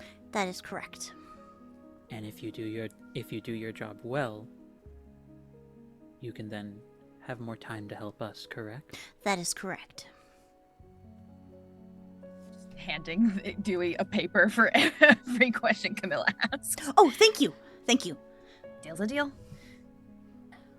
Why is your voice like that? She's looking at Bonnie Janet. I'm sorry? You can't just ask people why they have a voice like that. It's how everyone I know talks. I don't know what you're asking me. You speak strangely. Jesus Christ. I just thought so she was mean. singing or reciting poetry whenever she spoke. Have you all never met someone with a different accent before? All humans I've met sound the same. I'm not even Terrible. gonna touch that. I'm not even gonna touch it. And they don't sound like you. Well, then maybe you just need to meet more humans. I would prefer not to. Great. Well, we can get into it later. I'm from Scotland. I don't know what you want from me. I know Scotland. You do? Yes. The land of barbarians. Ah! Well, Wow. you're not wrong. You're the worst. You're actually the worst. My tale is St. George of the Dragon, which is an English tale. Recreating British Scottish animosity in this campaign. Like, I knew exactly where you were going with that, but still, wow! Oh my god, this is amazing. Everything about this is so good. Alright. Okay. Well. Hi, I'm Janet. Nice to meet you all. Yes, Janet is the best Scotland dragon person I've ever met. Thank you. Onyx, you are the nicest dragon I've met so far. Dewey, look, here are your papers. We're all a little bit frazzled, as I'm sure you are as well. So I think teamwork is a great idea. It will be greatly appreciated. Right. And once we get you all sorted out, any chance you could introduce us to this chronicler? The chronicler is currently out right now. Right. Any idea when they'll be back? I'm just its assistant. I don't know when he's gonna be back. Okay. Well, I suppose that means we have some kind of unidentified monster to track down. Camilla, would you like an experience point? Yes, but I'm afraid. This will be. I sense this will be a theme of this series, is me saying I'm into it, but I'm also afraid. Who's your second experience point for? I'm gonna give it to Mishi. Okay. Oh my god. Oh my god, she gives me experience points too. So She's great. getting spoiled. Oh yeah. Okay. So, as Janet has basically, both of you have made this this agreement with Dewey. I think, Janet, I'm sorry, you're not a beast. You're not gonna hear this. You will. It's okay. However, to Amaya, Onyx, and Camilla, you hear this. Though, Camilla, you're the only one who immediately clocks it for what it is. You hear the sound of a bat making sounds and echolocating. And it is one you know, and you know what specific bat this is. Is this a vampire bat? This is Sochi. This is Sochi flying around. And it is like a frantic, like if Sochi were being chased or in like doing some kind of physical activity that just isn't like talking to you or advising. And then you hear this part, Janet. You hear the chittering of a bat. Off in the distance.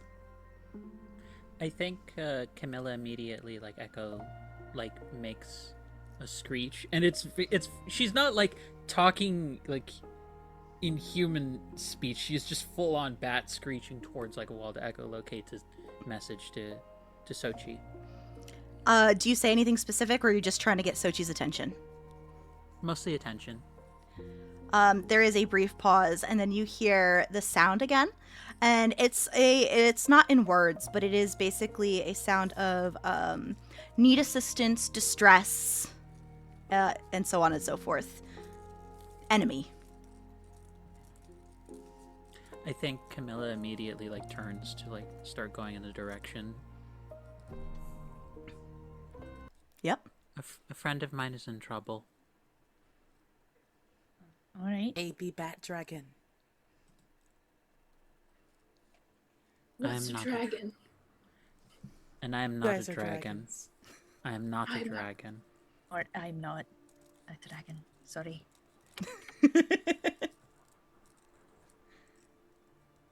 She's just like, am I the only one? Am I the only one? Only dragon? I mean, Onyx is accepting of Camilla and Janet, but Mishi's saying that She sure seems to look like a she's not dragon. a dragon. She gets listen. I don't know how to tell you The this. scales track, the horns track. I'm gonna hold your hand while I tell you this. Scales like a dragon, horns like a dragon. Honey, It's gotta be a dragon. I need to teach you about biodiversity. If it looks like a duck, walks like a duck, quacks like a duck. It's a swan.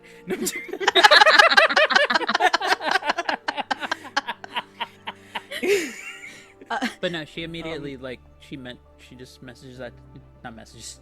Sorry, I've been playing a bunch of other systems where we have to be more covert. She just turns around, mentions that to the group, and then begins moving with some swiftness towards the direction she hears her friend's cry coming from. And just because when you eventually do get to Sochi, what does Sochi call you? Like, what kind of honorific? Because we got the any all pronouns. Is it like what do they call you? My first thought was mistress, but I feel like that's a lot. TM. I will not use mistress for the sake of not making Mare say that to me. Please, I'm begging. Whoa. So master, right?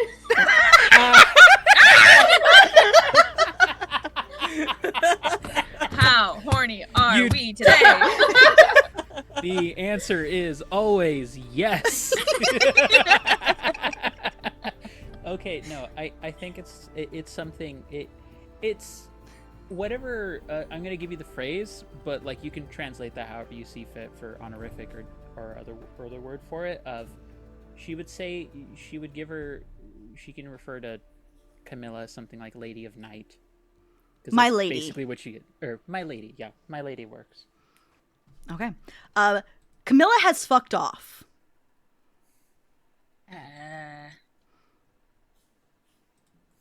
Do we follow them? Why? I don't know. Sticking together seems like a smart decision. Bird. There is no exit? I've never been to an exit. I've never left the library. Right. Who witnessed this? And she's just holding up the orb. The chronicler? I was being watched. We were all being watched. I kind of like waved my book around. This is bad. Perhaps we will encounter this chronicle if we explore further. So we can kill him. Please don't.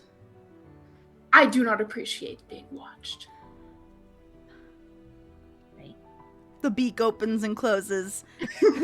Opens and closes again. And then Dewey distracts himself with putting more paper into its body.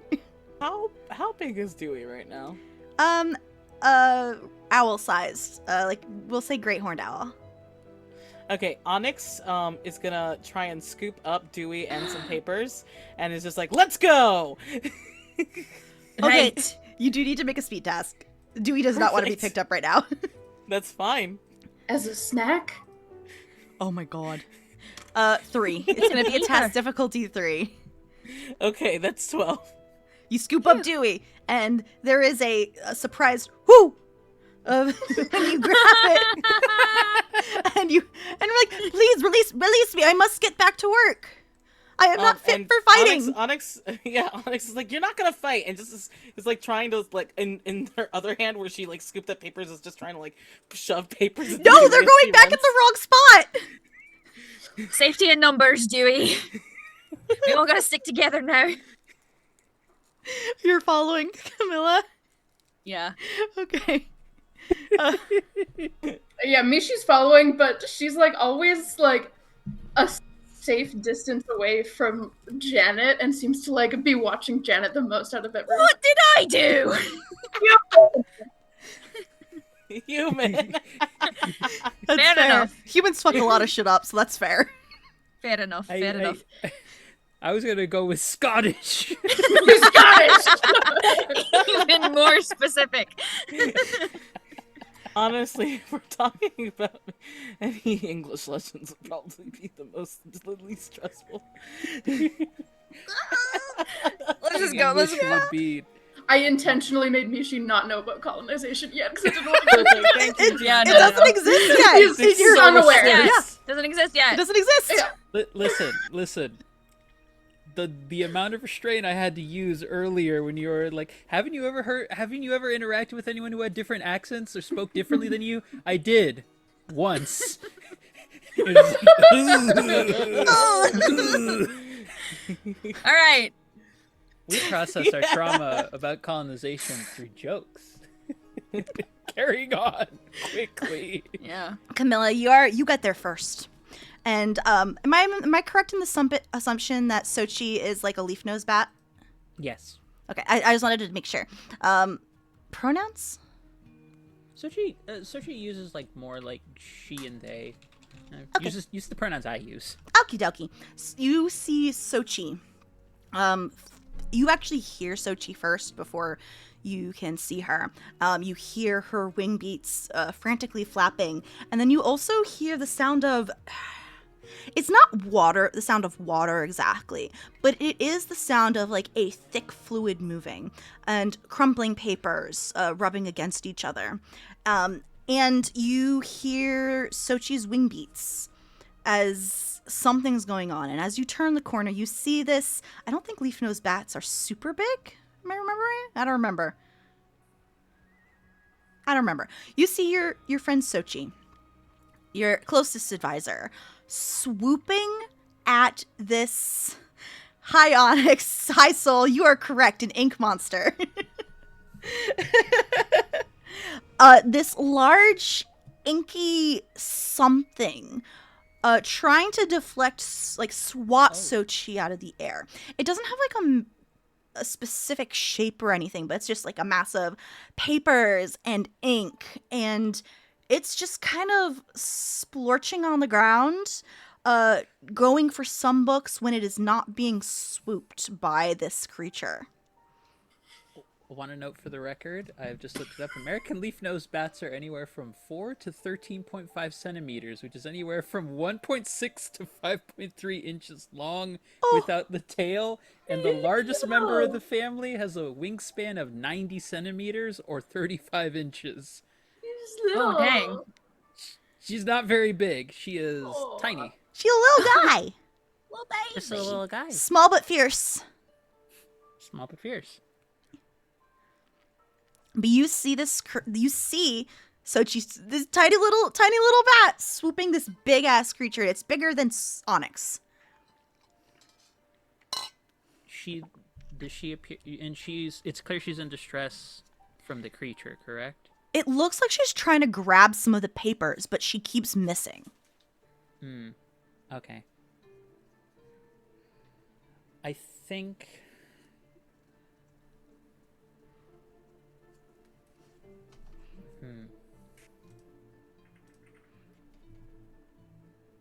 I would like to try and move up to it and just her claws elongate and try and take a swipe at it just to get it to stop and calm down. Okay. In that case, I'm going to need you to roll an attack, please. Okay. You're going for challenge 5. Jesus Christ. Well. Time to pull up my stat block. Yeah, I've made a decision. We were all gifted a nat 20, I believe. You were. But I will say the rest of you come up on this scene as Camilla is swiping at this thing. Got it.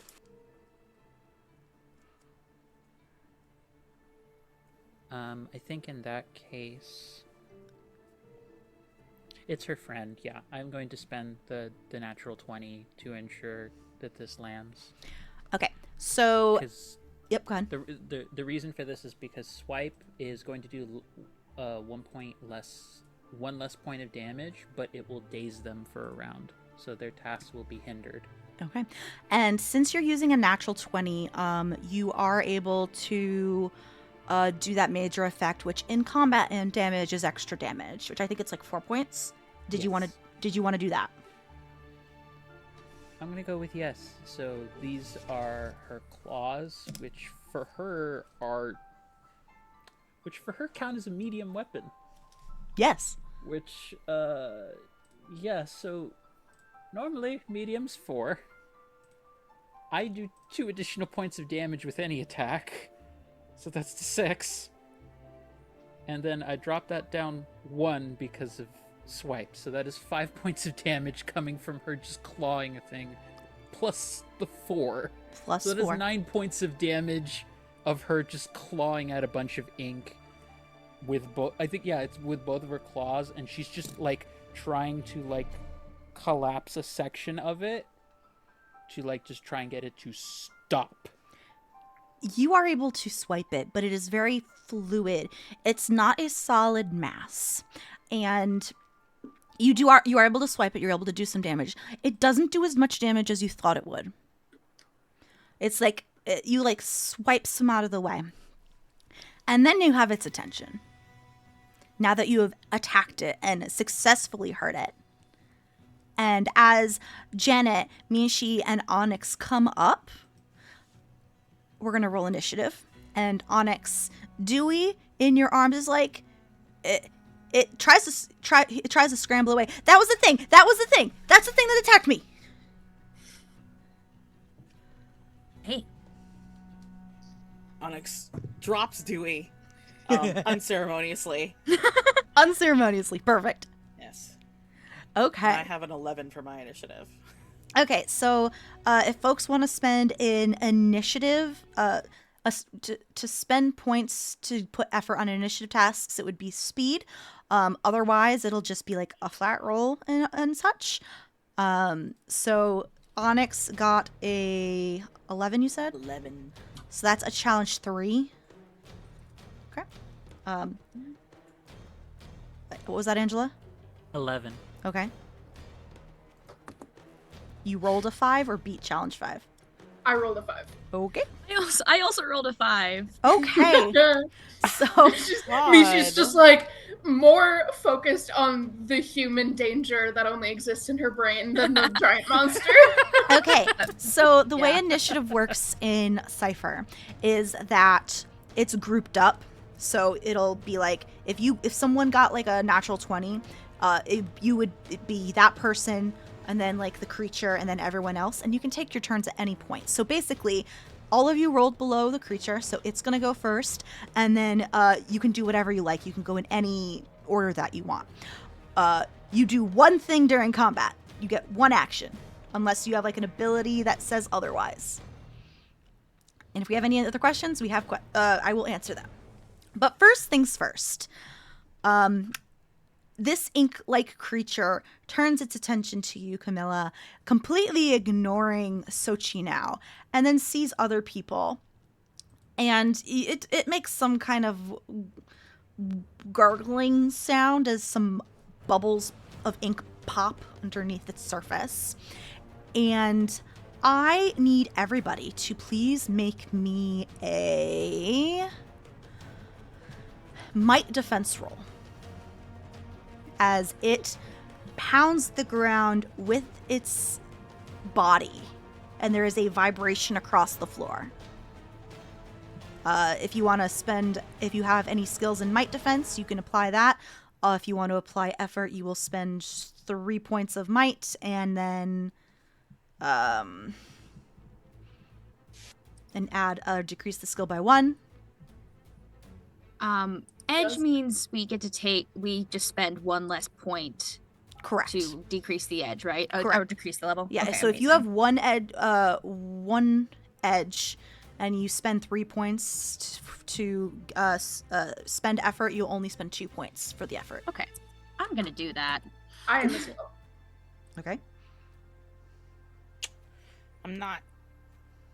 I am not. I have rolled a 7, so that is definitely not reaching it. Correct.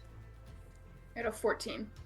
I also got a 14. What is Oh happening? my God. Oh my god! Another natural Oh my 20. You got a natural Are you 20? Go to hell, soul. What Go is to hell. happening? Okay. So Janet and Misha, you spent a level of effort, right? Yes. Okay, so you did. So everyone succeeds except Camilla, Just the god. understandable. Fair I enough. have failed. I understand this. The god failed. How the god has fallen. Listen. Actually, quite God to a literally, believer. Stop because bragging about like the god falling in love with you. okay, but speaking of the god falling, as this thing like smashes Why? the ground, a wave of ink like washes over you, and Camilla, you're knocked prone and take 5 points of damage. Sounds about right. No, Mare is so good. Just a weaver of words. Mare, despite believing otherwise, is a weaver of words. Oh hush. It's almost like they are good at like weaving like not only words but He's- print. Anyway, getting back to combat, it's everyone else's turn. You can go in any order you would like. I have boy. something that might be kind of spicy. Let's go. Give me a spice. Do it. So this Especially if creature- it involves Camilla getting hurt. Oh, she's not paying attention to Camilla. No. I mean, if she ends up being a casualty of whatever Mishi tries to do, I'm all for it. I'm giving my enthusiastic consent to any of your harebrained ideas. The shenanigans. Okay. Unnecessary at this point, but good to know. This creature is partially made of ink, but also a lot of paper, right? Mishi is, despite her injured tail, she is going to kind of like flick it in the direction of the creature, and these scales kind of come flying off, and they twist in these smoke trails in the air, and when they strike their target, they light it aflame. Ooh. All right. Spend the... I'm going to pull Yes. up your character sheet again. One intelligence point. Yes, so it's 1 intelligent points to cast. If you want to spend a level of effort and spend 3 intellect to apply a level of effort, you can. In order to... what would that do? It'll decrease the challenge rating, which will make it easier to hit on the die. Because if you don't spend effort, you need to roll a 15. Okay. If you do spend a level of effort, you need to roll a 12.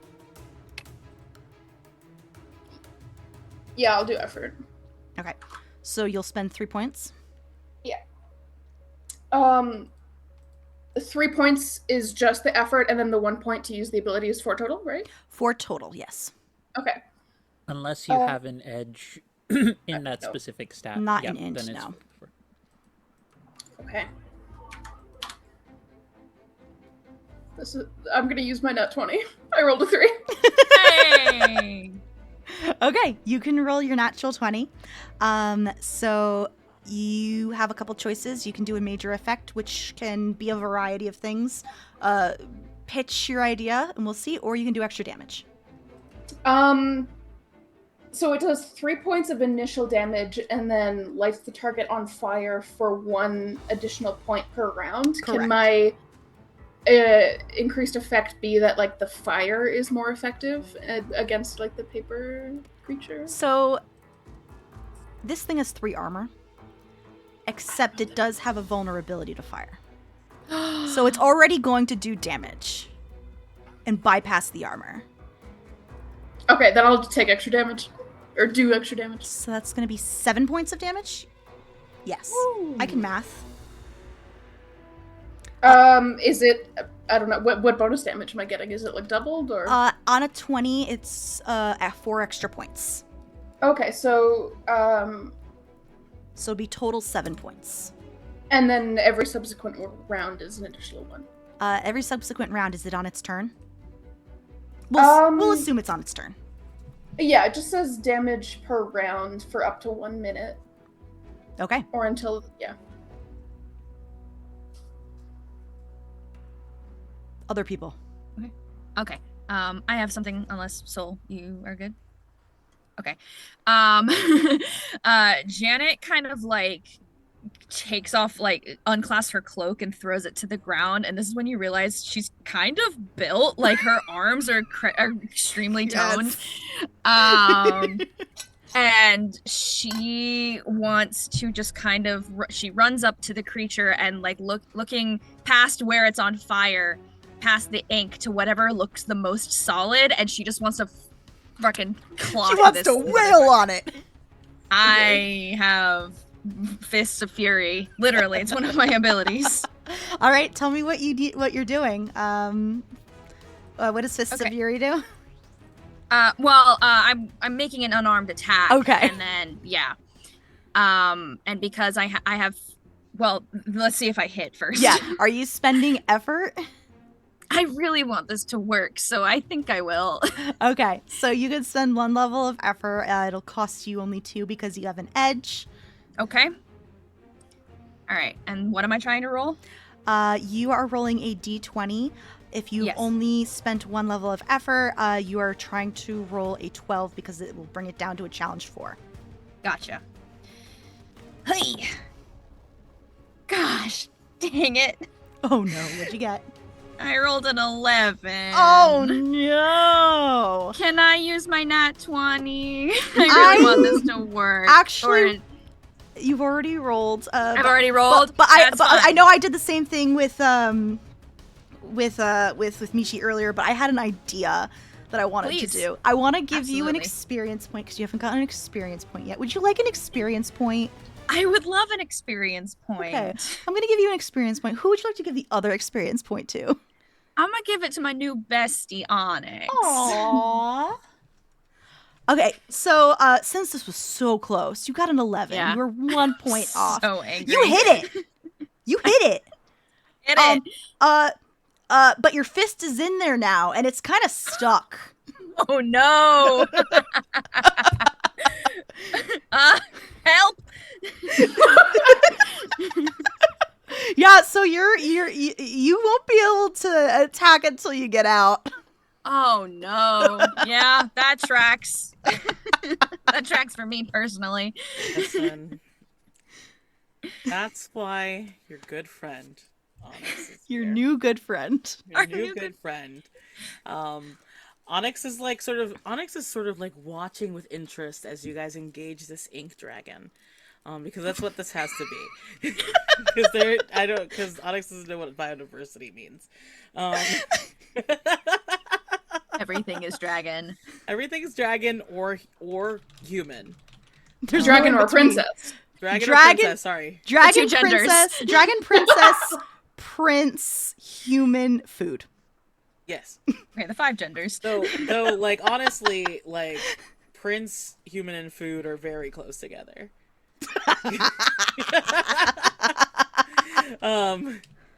So Onyx is like sort of looking over like how she's going to attack, and then Janet gets stuck and is just like, oh,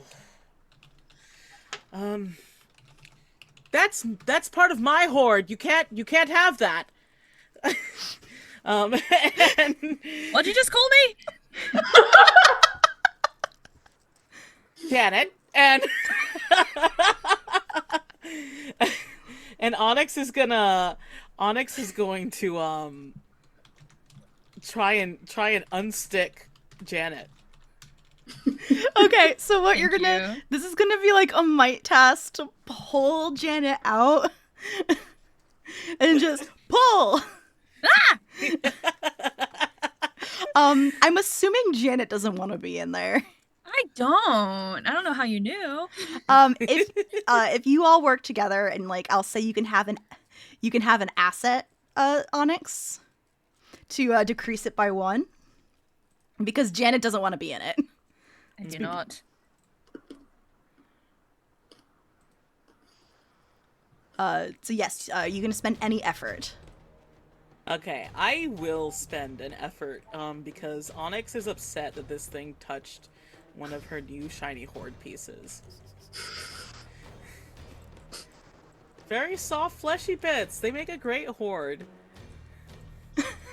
There's a lot of questions we need to unpack with that statement. Not even gonna say anything. We're not even getting to the queer aspects of them. We're just like, what do you mean? So that is a 14 plus 1, which is a 15. So it doesn't add +1. It reduces the challenge by 1 for an asset. So you I still thought made asset it. was just a +1. No, you still Okay. made it. You still made it. Gotcha. No worries. It makes this sound of popping out. The schlorp pop. Listen, there was another word I wanted to use, and I'm just like, I'm not using that word, and I'll tell y'all later. But it's fine. Popping out. I'm popping. You are pulled out, Janet, by your new best friend. Ah! Thanks. Yes, try and clean. Oh yeah, your fist is covered in ink. Wait. It's gonna stain. Yes. Yes. It Thank will. you. Especially That's the concern. Especially on that really white skin.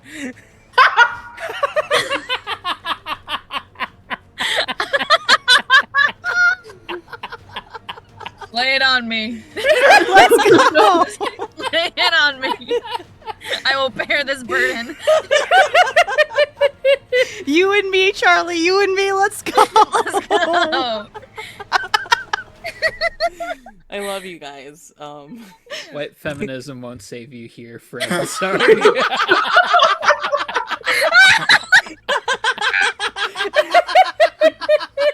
I want a clip of that, please.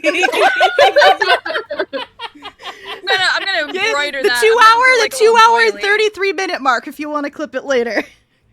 So, Okay. Wait. So Sorry. I have a thought for. I have a thought for what Camilla is doing because we are still in the middle of a combat here. We are Oh, Yeah. We are? Sorry, Yes. Add one last thing. Could I add one last Yes. thing Yeah, to yeah, my little yeah. thing? So pop Janet out and then looks at Camilla on the ground covered in ink and is just like, You okay?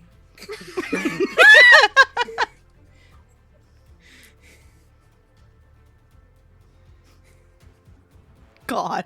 I think Onyx probably catches.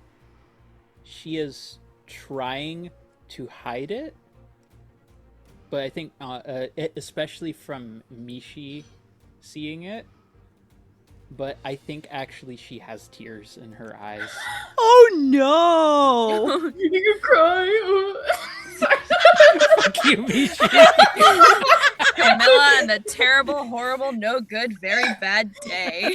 I got not nice in your I got eyeballs. stripped of godhood. I got put into ink. To be fair, I put myself in there.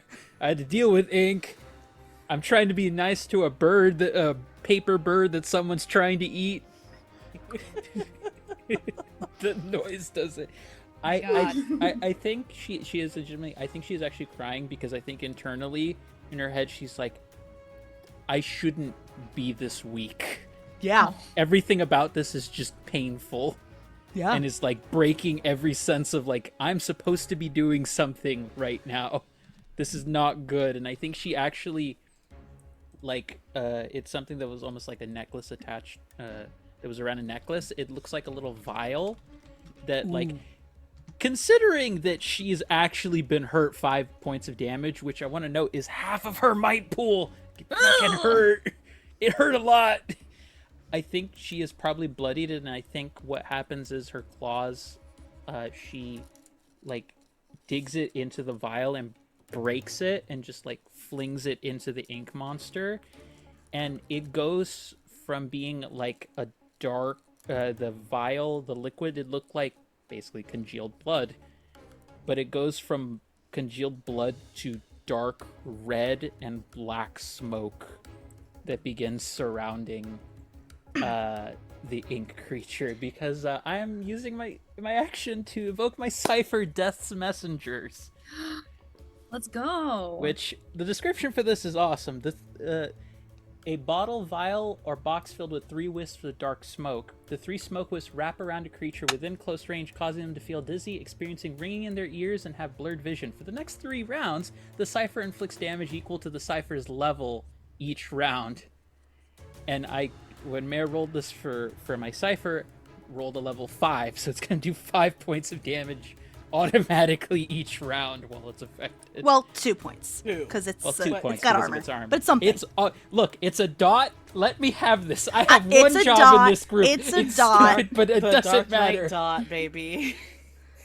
Okay. Listen. I have one job in this group. It's ridiculous and it has no point, but it doesn't matter. I care about it. So as you throw this vial at the creature and this smoke surrounds it, it like swats at it, like trying to like brush it away, but it can't. It's magic. It's god magic basically, and it stings it. So it will take 3 points of damage, 2 from the smoke and 1 from the ongoing fire. And then it is, oh gosh, okay, so there's 3 folks around it. No, there's 2 folks around it. There's Bonnie, Janet, and Onyx. Onyx, I need you to make a dodge defense roll, please. Speed Got defense. Speed defense. This is not invisible That's sun. the one, baby! Oh The no! Lord giveth and he taketh away! Oh no! So, I don't know why, but for whatever reason in my head I just started saying, fare thee well, my honey, fare thee It's a shame Onyx only lasted 1 episode. oh no! Fuck! I went away from my stat block. I think it does 6 points. We're gonna find out. Hold on. Give me a second. Arnar. It does 6 points of damage, so you're going to take 6 points to your might pool. Oh, okay, and let me think. This is you got a natural 1. By the way, folks, when people get a natural 1, it's a GM intrusion without the fun experience points. I have an idea, but I need to wait for it I need to figure out exactly what what it's exactly going to be. So I'll figure it out after the combat is done. But, like, your mouth and the ink kind of seeps into your skin. It tastes terrible, it's sticking to you. Okay.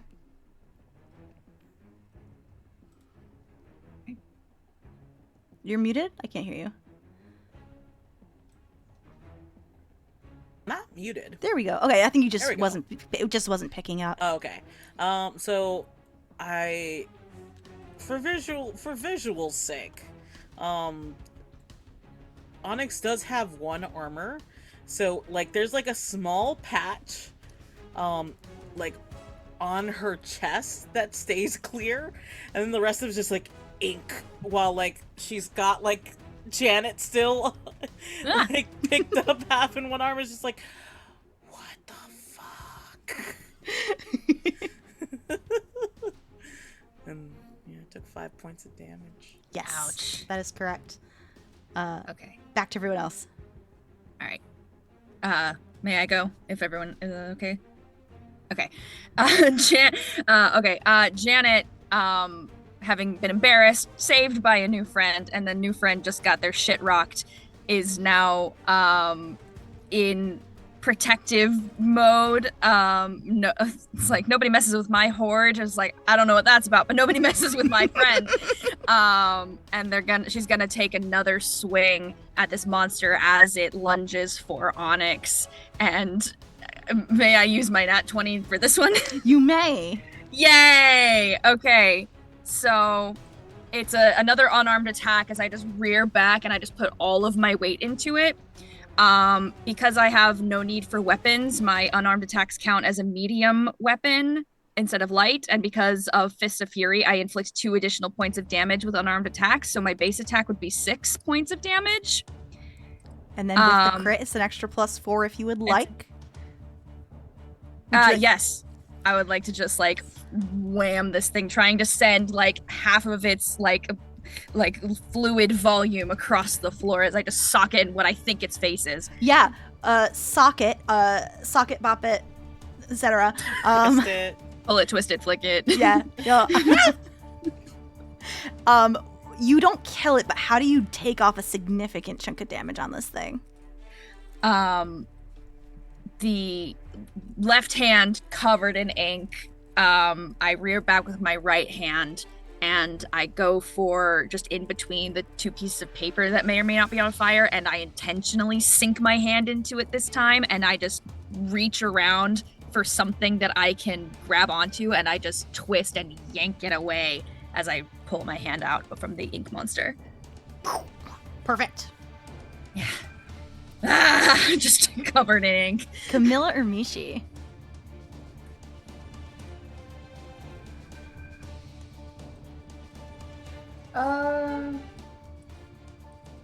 I know what I'm gonna do, but Yeah, you go first. Okay. I think her eyes have gone entirely red again, getting lost in the vicious bloodlust, and she's just going to try and claw at it again, because it's really the only thing that she can do. Do it up. Yeah, she's using speed for this, so I will spend The effort. I will spend the effort. Which, Okay. Because I have an edge in that will only cost me 2, so that's only... No, not 1. 11 points. 1 and 11 are very different in point total. Yeah. They're very important to me. So that would be difficulty 4, correct? Difficulty 4. Okay. So I'm going to give it a shot. Do it up. Nope, that's an 8. Yeah, unfortunately, wild swinging. You are essentially like a vicious rager. When you fight, you flailing. Normally I don't fight things this slick and liquidy. Sorry.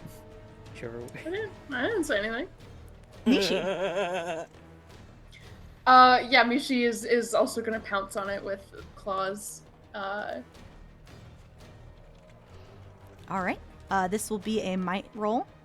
Mhm. Are you going to be spending any effort? What's the difficulty? It is difficulty 5. So I have to roll a 15? You'd have to roll a 15, yes.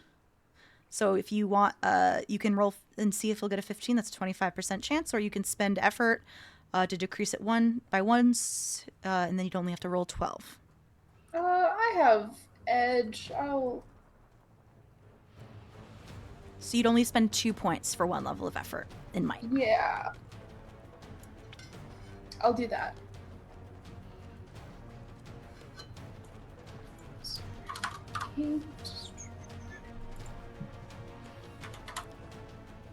Jesus Christ. I got a 3 again. Unfortunate. Unfortunately, no. This thing, with the amount it's lost, there's less to hit, so it's a little harder to hit. And it looks at all of you, looks at all the damage that it's done, and it turns, and it runs. Well, it doesn't run, it just kind of like an inchworm stretches out and moves forward and like, yeah, no, please stop. Too many. All right. And it looks around and sees a book on the ground, actually, and leaps into it, and it disappears.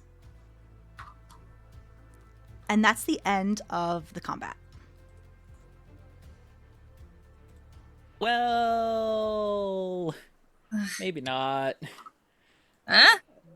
Hold on. What are you doing? Ruh-roh. Oh, that's right. I'm Okay, sorry. it's an extra 20. It's It an did extra get 20. It does still take fire damage if you. I don't know if you remember. It's not enough to kill it. It's not enough to kill it. It'd be funny if it was. It would be funny. Could be fun. Could be That's fun. It not actually what I took was 3 rolling points of for. damage. It's still not down though. That's not why I was rolling. Oh, I know why you were rolling. Don't worry. Ooh. It's a natural Yes. 20. There you go. I'm gonna let other people say what they're doing first, because I have a sense of what's happening to Camilla, but I'll wait. Okay. Mishi's still in like predator prey mode and is just going at the book and like Brain is like, this is doorway, clawing at it, which I feel like might end kind of bad, but it's what she would do. Yeah, you're just kind of clawing at it, so it's just you're scratching the book a bit. Janet will as help you're on- sorry.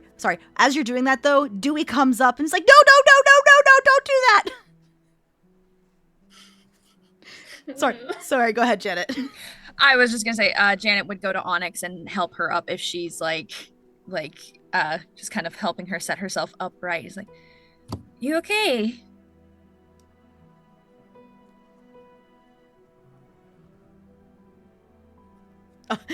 It didn't catch you, but I saw you say bath. Yeah. I need a bath. Hey, Mayor, I have You were very powerful, though. Are you sure you're not a dragon? if I am, my father didn't tell me. I What's just a father? He raised me. He sired me. I'm his daughter. Mother. Yeah, like a mother, but a boy.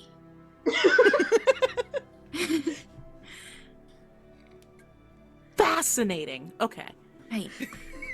Mayor, I have a question. I am trained in healing. Would I still need like a healer's kit? I don't know, like if that's a thing in the Cypher system, or is that just like a thing that I can do? No, you can to, like, help other you people. can use what you have and stuff. Okay. You don't need a healer's kit. Okay. Cool. Does it help? Yes, but you don't need one to use your skill. Okay, amazing. I just kind of want to like help Onyx like patch herself up if I can. It's really just a lot of wiping off, I think. Yeah, I have a handkerchief. I actually reach in my pocket. I pull out a beautiful like lace handkerchief covered in like little braided roses, and I just start wiping your face with it. Do you have a hoard of soft things too?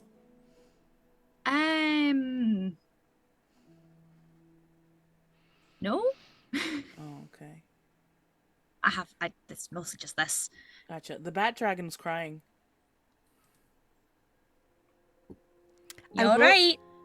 Janet, as you're wiping the ink off of Onyx, some of it doesn't come off. I will let you decide, Onyx, where it doesn't come off.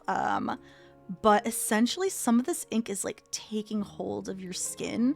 And I'm actually going to pull from the We Are All Mad Here book, and your nat one is going to give you a curse. Or nor. But basically, the ink isn't coming off, and it's kind of giving like an ominous vibe to it. And I'm gonna say that your curse is, until you can remove the curse, positive social interactions are hindered. That's exactly why Onyx was just like, the Bat Dragon's crying. You got hit with the ugly. No, she's not ugly. You gave me the ugly, SpongeBob. No, she's not ugly. You're all terrible, and you're all going to the abyss at some point or another. Death comes for all. It makes it's the got the t-shirt. Death is the great equalizer. Mishi fully doesn't care about what Onyx said and is still focused on, like, the thing I was trying to kill got away, and I think she's just pacing around the book and is looking at Dewey and goes, "Where'd the monster go?" It went in the book. So, if we go in the book, we can leave. You can go into that book, yeah. Is my island in that book? It looks at the cover. No. Useless. Can I look at the cover? Does it have a title? Books are useless. It does have a title. Charlie, do you want to tell me what book this is? Oh, I just get to pick? I'm gonna let my player pick for the first book. Ooh, fuck. Sorry, I enlarged Zoom, so it's gonna fuck with the screen in a second. Whoa. Looked like you just went light speed for like 2 seconds. You're just like, everyone pull back. Yeah. Engage hyperdrive or whatever. Oh man. Do you want to think about it? And Yeah, I'll take a second to think about it. Yeah. Oh, Camilla. Sochi comes flying at you and just like basically slams into your clothes and is just like hanging on and like climbing all over your clothing. My lady. Yes. I'm glad you're okay, that you're alive. I don't think that I am. Looks around. It's not the realm of the dead, my lady. I know. Well, I've been made aware. That creature had texts about you. And it's in its body, and I was trying to get them back for you. And Sochi crawls up to your shoulder. Are you okay, my lady?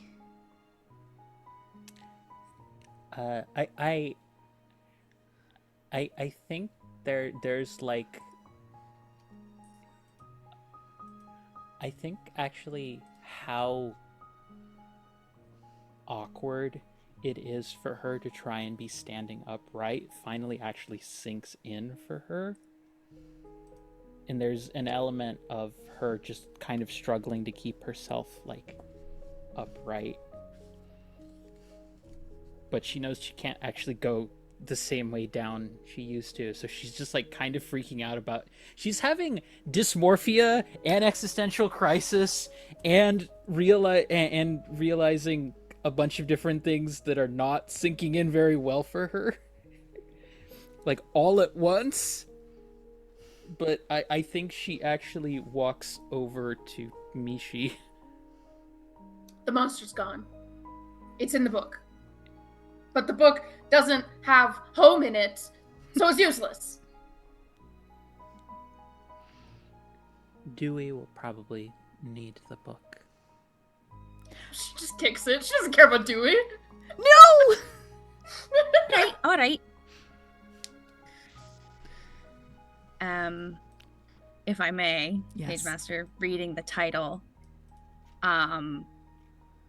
It's in It wouldn't be in English. I think the title is in Gaelic. And Janet looks at it and her eyes light up in recognition. She goes,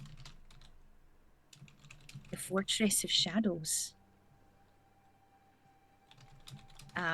Which Janet would know for the benefits, for those of us who are not Celtic folklore nerds, is the fortress and castle of the Scottish warrior woman Skaha.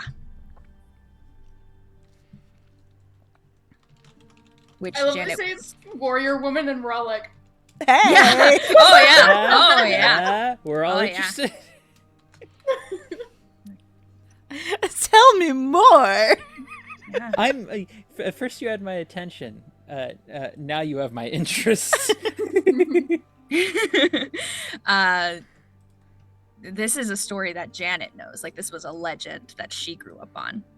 And she goes, "Well, how about that?" I will say, though, anyone else who looks at the book, it's obviously written in Gaelic. But you can all read it. It's kind of like, Okay. There's some kind of magic at work here that allows you to read this language you do not know. Oh, I mean, perfect. she can't read at all, so does this grant her the ability to read? It does! It's weird! You learned read! Why do I know what that means? Why does that make sense to me? What is that? Words. But I don't hear them. But when I look at that, I hear them. That's a great way to put it. Yeah. But no one is saying it, but when I see it, I hear it. I don't like that. It's You'll get used to probably it. because you don't know that you're a dragon. I know plenty. You don't know what reading is. I know plenty of important things. You don't know where your island is.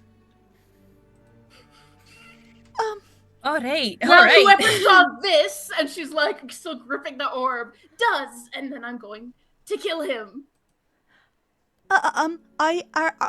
Thank you for taking care of the creature, says, Dewey.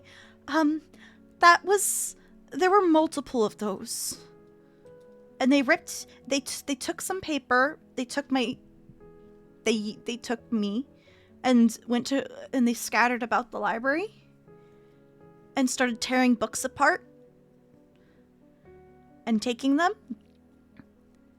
You don't know what they are? Oh no, The creature? I do not. Do we need to kill these things? It would be appreciated if you don't mind. I know I'm asking a lot for folks who just kind of lost their own books. But are you raising your hand? Yes. Why? The small bat to the crying bat dragon said that pages from the book was in the creature. So if we kill this creature and find our pages, can we go home? Maybe? I have no pages. Well, I think there were shards, right? Were all the shards there? I don't know. How many are there supposed to be? I don't know. Do I have to assemble them? That's tedious. Mother can assemble yours. If we put my book back together, Mother is the greatest of all dragons ever, and has a hoard 7 fortresses large, and has put together many artifacts. I will call help if I need it. You're bleeding. Can You're you help yourself? Inky. Okay. Well, I'm not one to leave a fight unfinished. And if that monster's got something we need, I say we go after it. Oh, You okay? Wait 1 second. And Dewey, when I think he was snatched by Onyx, was an owl, and you see these papers reshuffle and then turn back into a fox. And Dewey lifts up his paw to his claws and then like bites his nail and like pulls it out.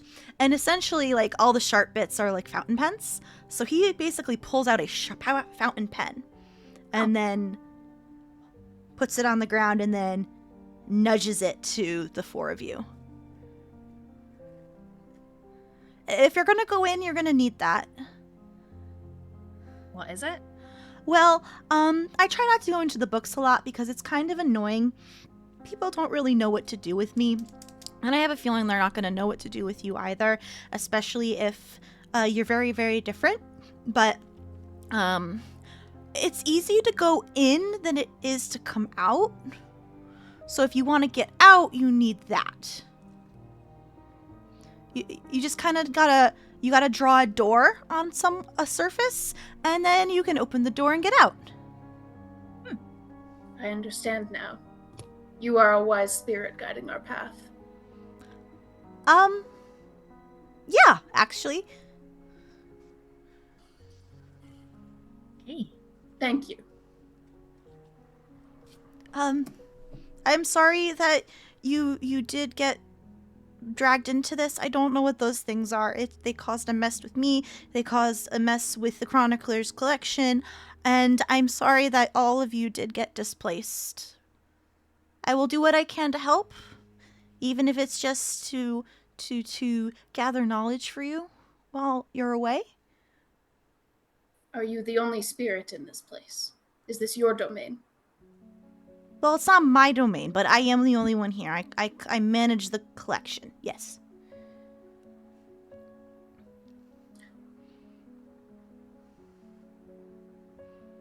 I see. Something clicks for Mishi. And I think she just starts walking in the direction of where the shattered orb was. She probably needs those pieces. Oh, you're just walking. Okay. She's not a team player. She doesn't communicate. She just goes. Follows. Right. Wait. Okay. So we're going to get your shards. Are we going in the book or are we not?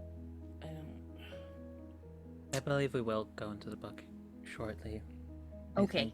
I think they require. Quick pit stop. Mm-hmm. Great. Yeah, she just starts picking up the pieces. Sochi like climbs back up to your hair and just kind of like makes a little nest in your hair, Camilla. Pretty standard for Sochi to do, I would say. Yeah. But I think she asks Sochi. It comes out, I think, to Mishi as just like a bat screech, but so it is admittedly, even though it's small and not very loud, it's still a little unnerving hearing bats just talking to each other randomly. Yeah. But I think you would see Sochi going to pick up some of the shards, Mishi, and handing them to Camilla, and Camilla beginning to arrange them in order for you. I think as soon as she sees like someone else going for the shard, she gets like tense and territorial for a second, but then sees that you're trying to put them together, and she kind of like holds off. You are clearly stronger than me. And you hear a little gasp from Sochi in your hair. It is true. Apologize for not treating you with the respect that affords you.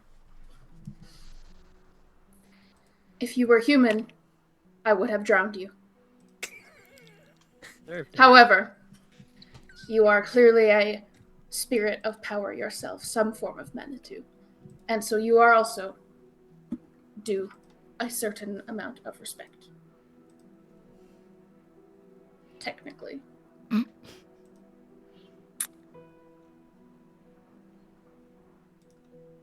Couldn't pick that up, so Oh, I like humans, Janet. Thanks, Onyx. I feel good and safe here. Humans are selfish and ignorant and only seek to destroy what they do not understand. Didn't you do that to the book? I destroyed nothing. What are you talking I about? tried to.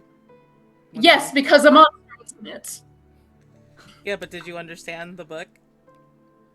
Apparently, yes. I can read now, whatever that means. Apparently, yeah, I understand it.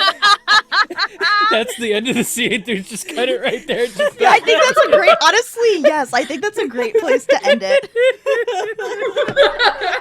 Hey, hi everybody. That was our season premiere. We did a lot more laughing than I thought we were going to. Yay!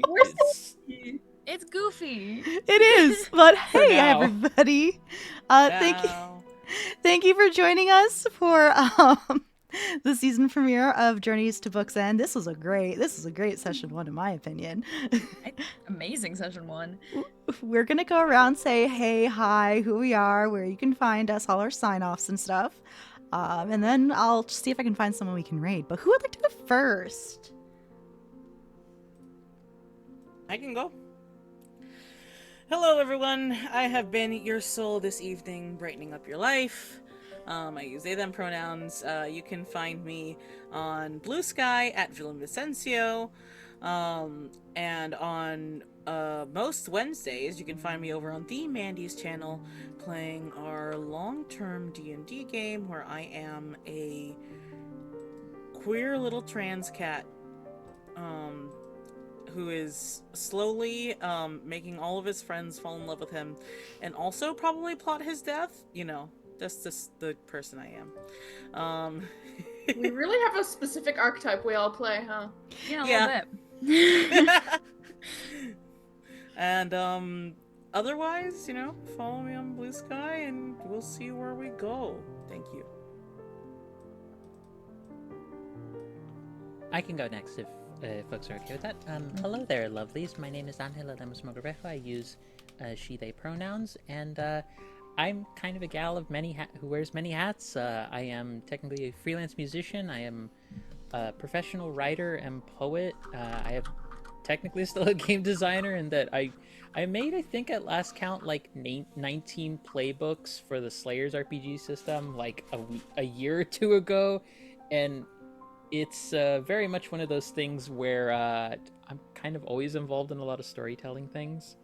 But if you want to see some more recent examples of me also having run Numenera, which is a Cypher System derived game, you can go check out the game that I ran, Erevan, over on Girls Run These Worlds, and just go take a look at Girls Run These Worlds material in general. We have I'm part of the council over there and head of safety.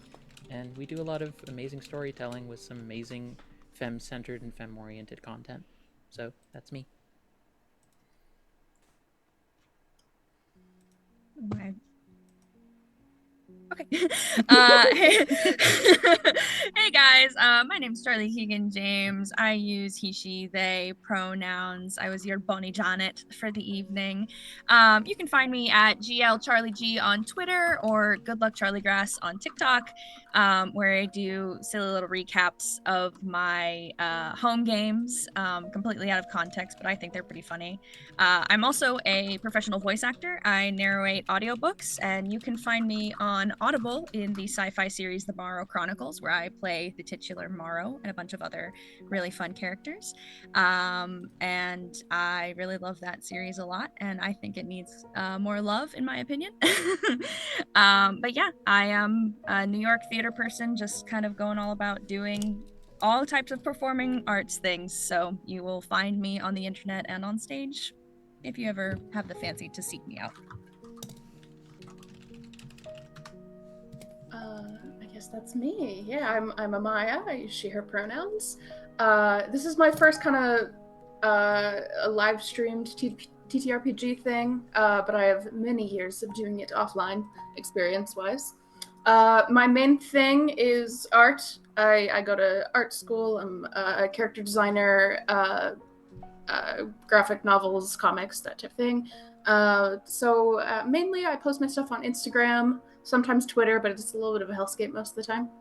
And yeah, that's kind of the main places that I like to vibe. If you like art, might like to see my Instagram.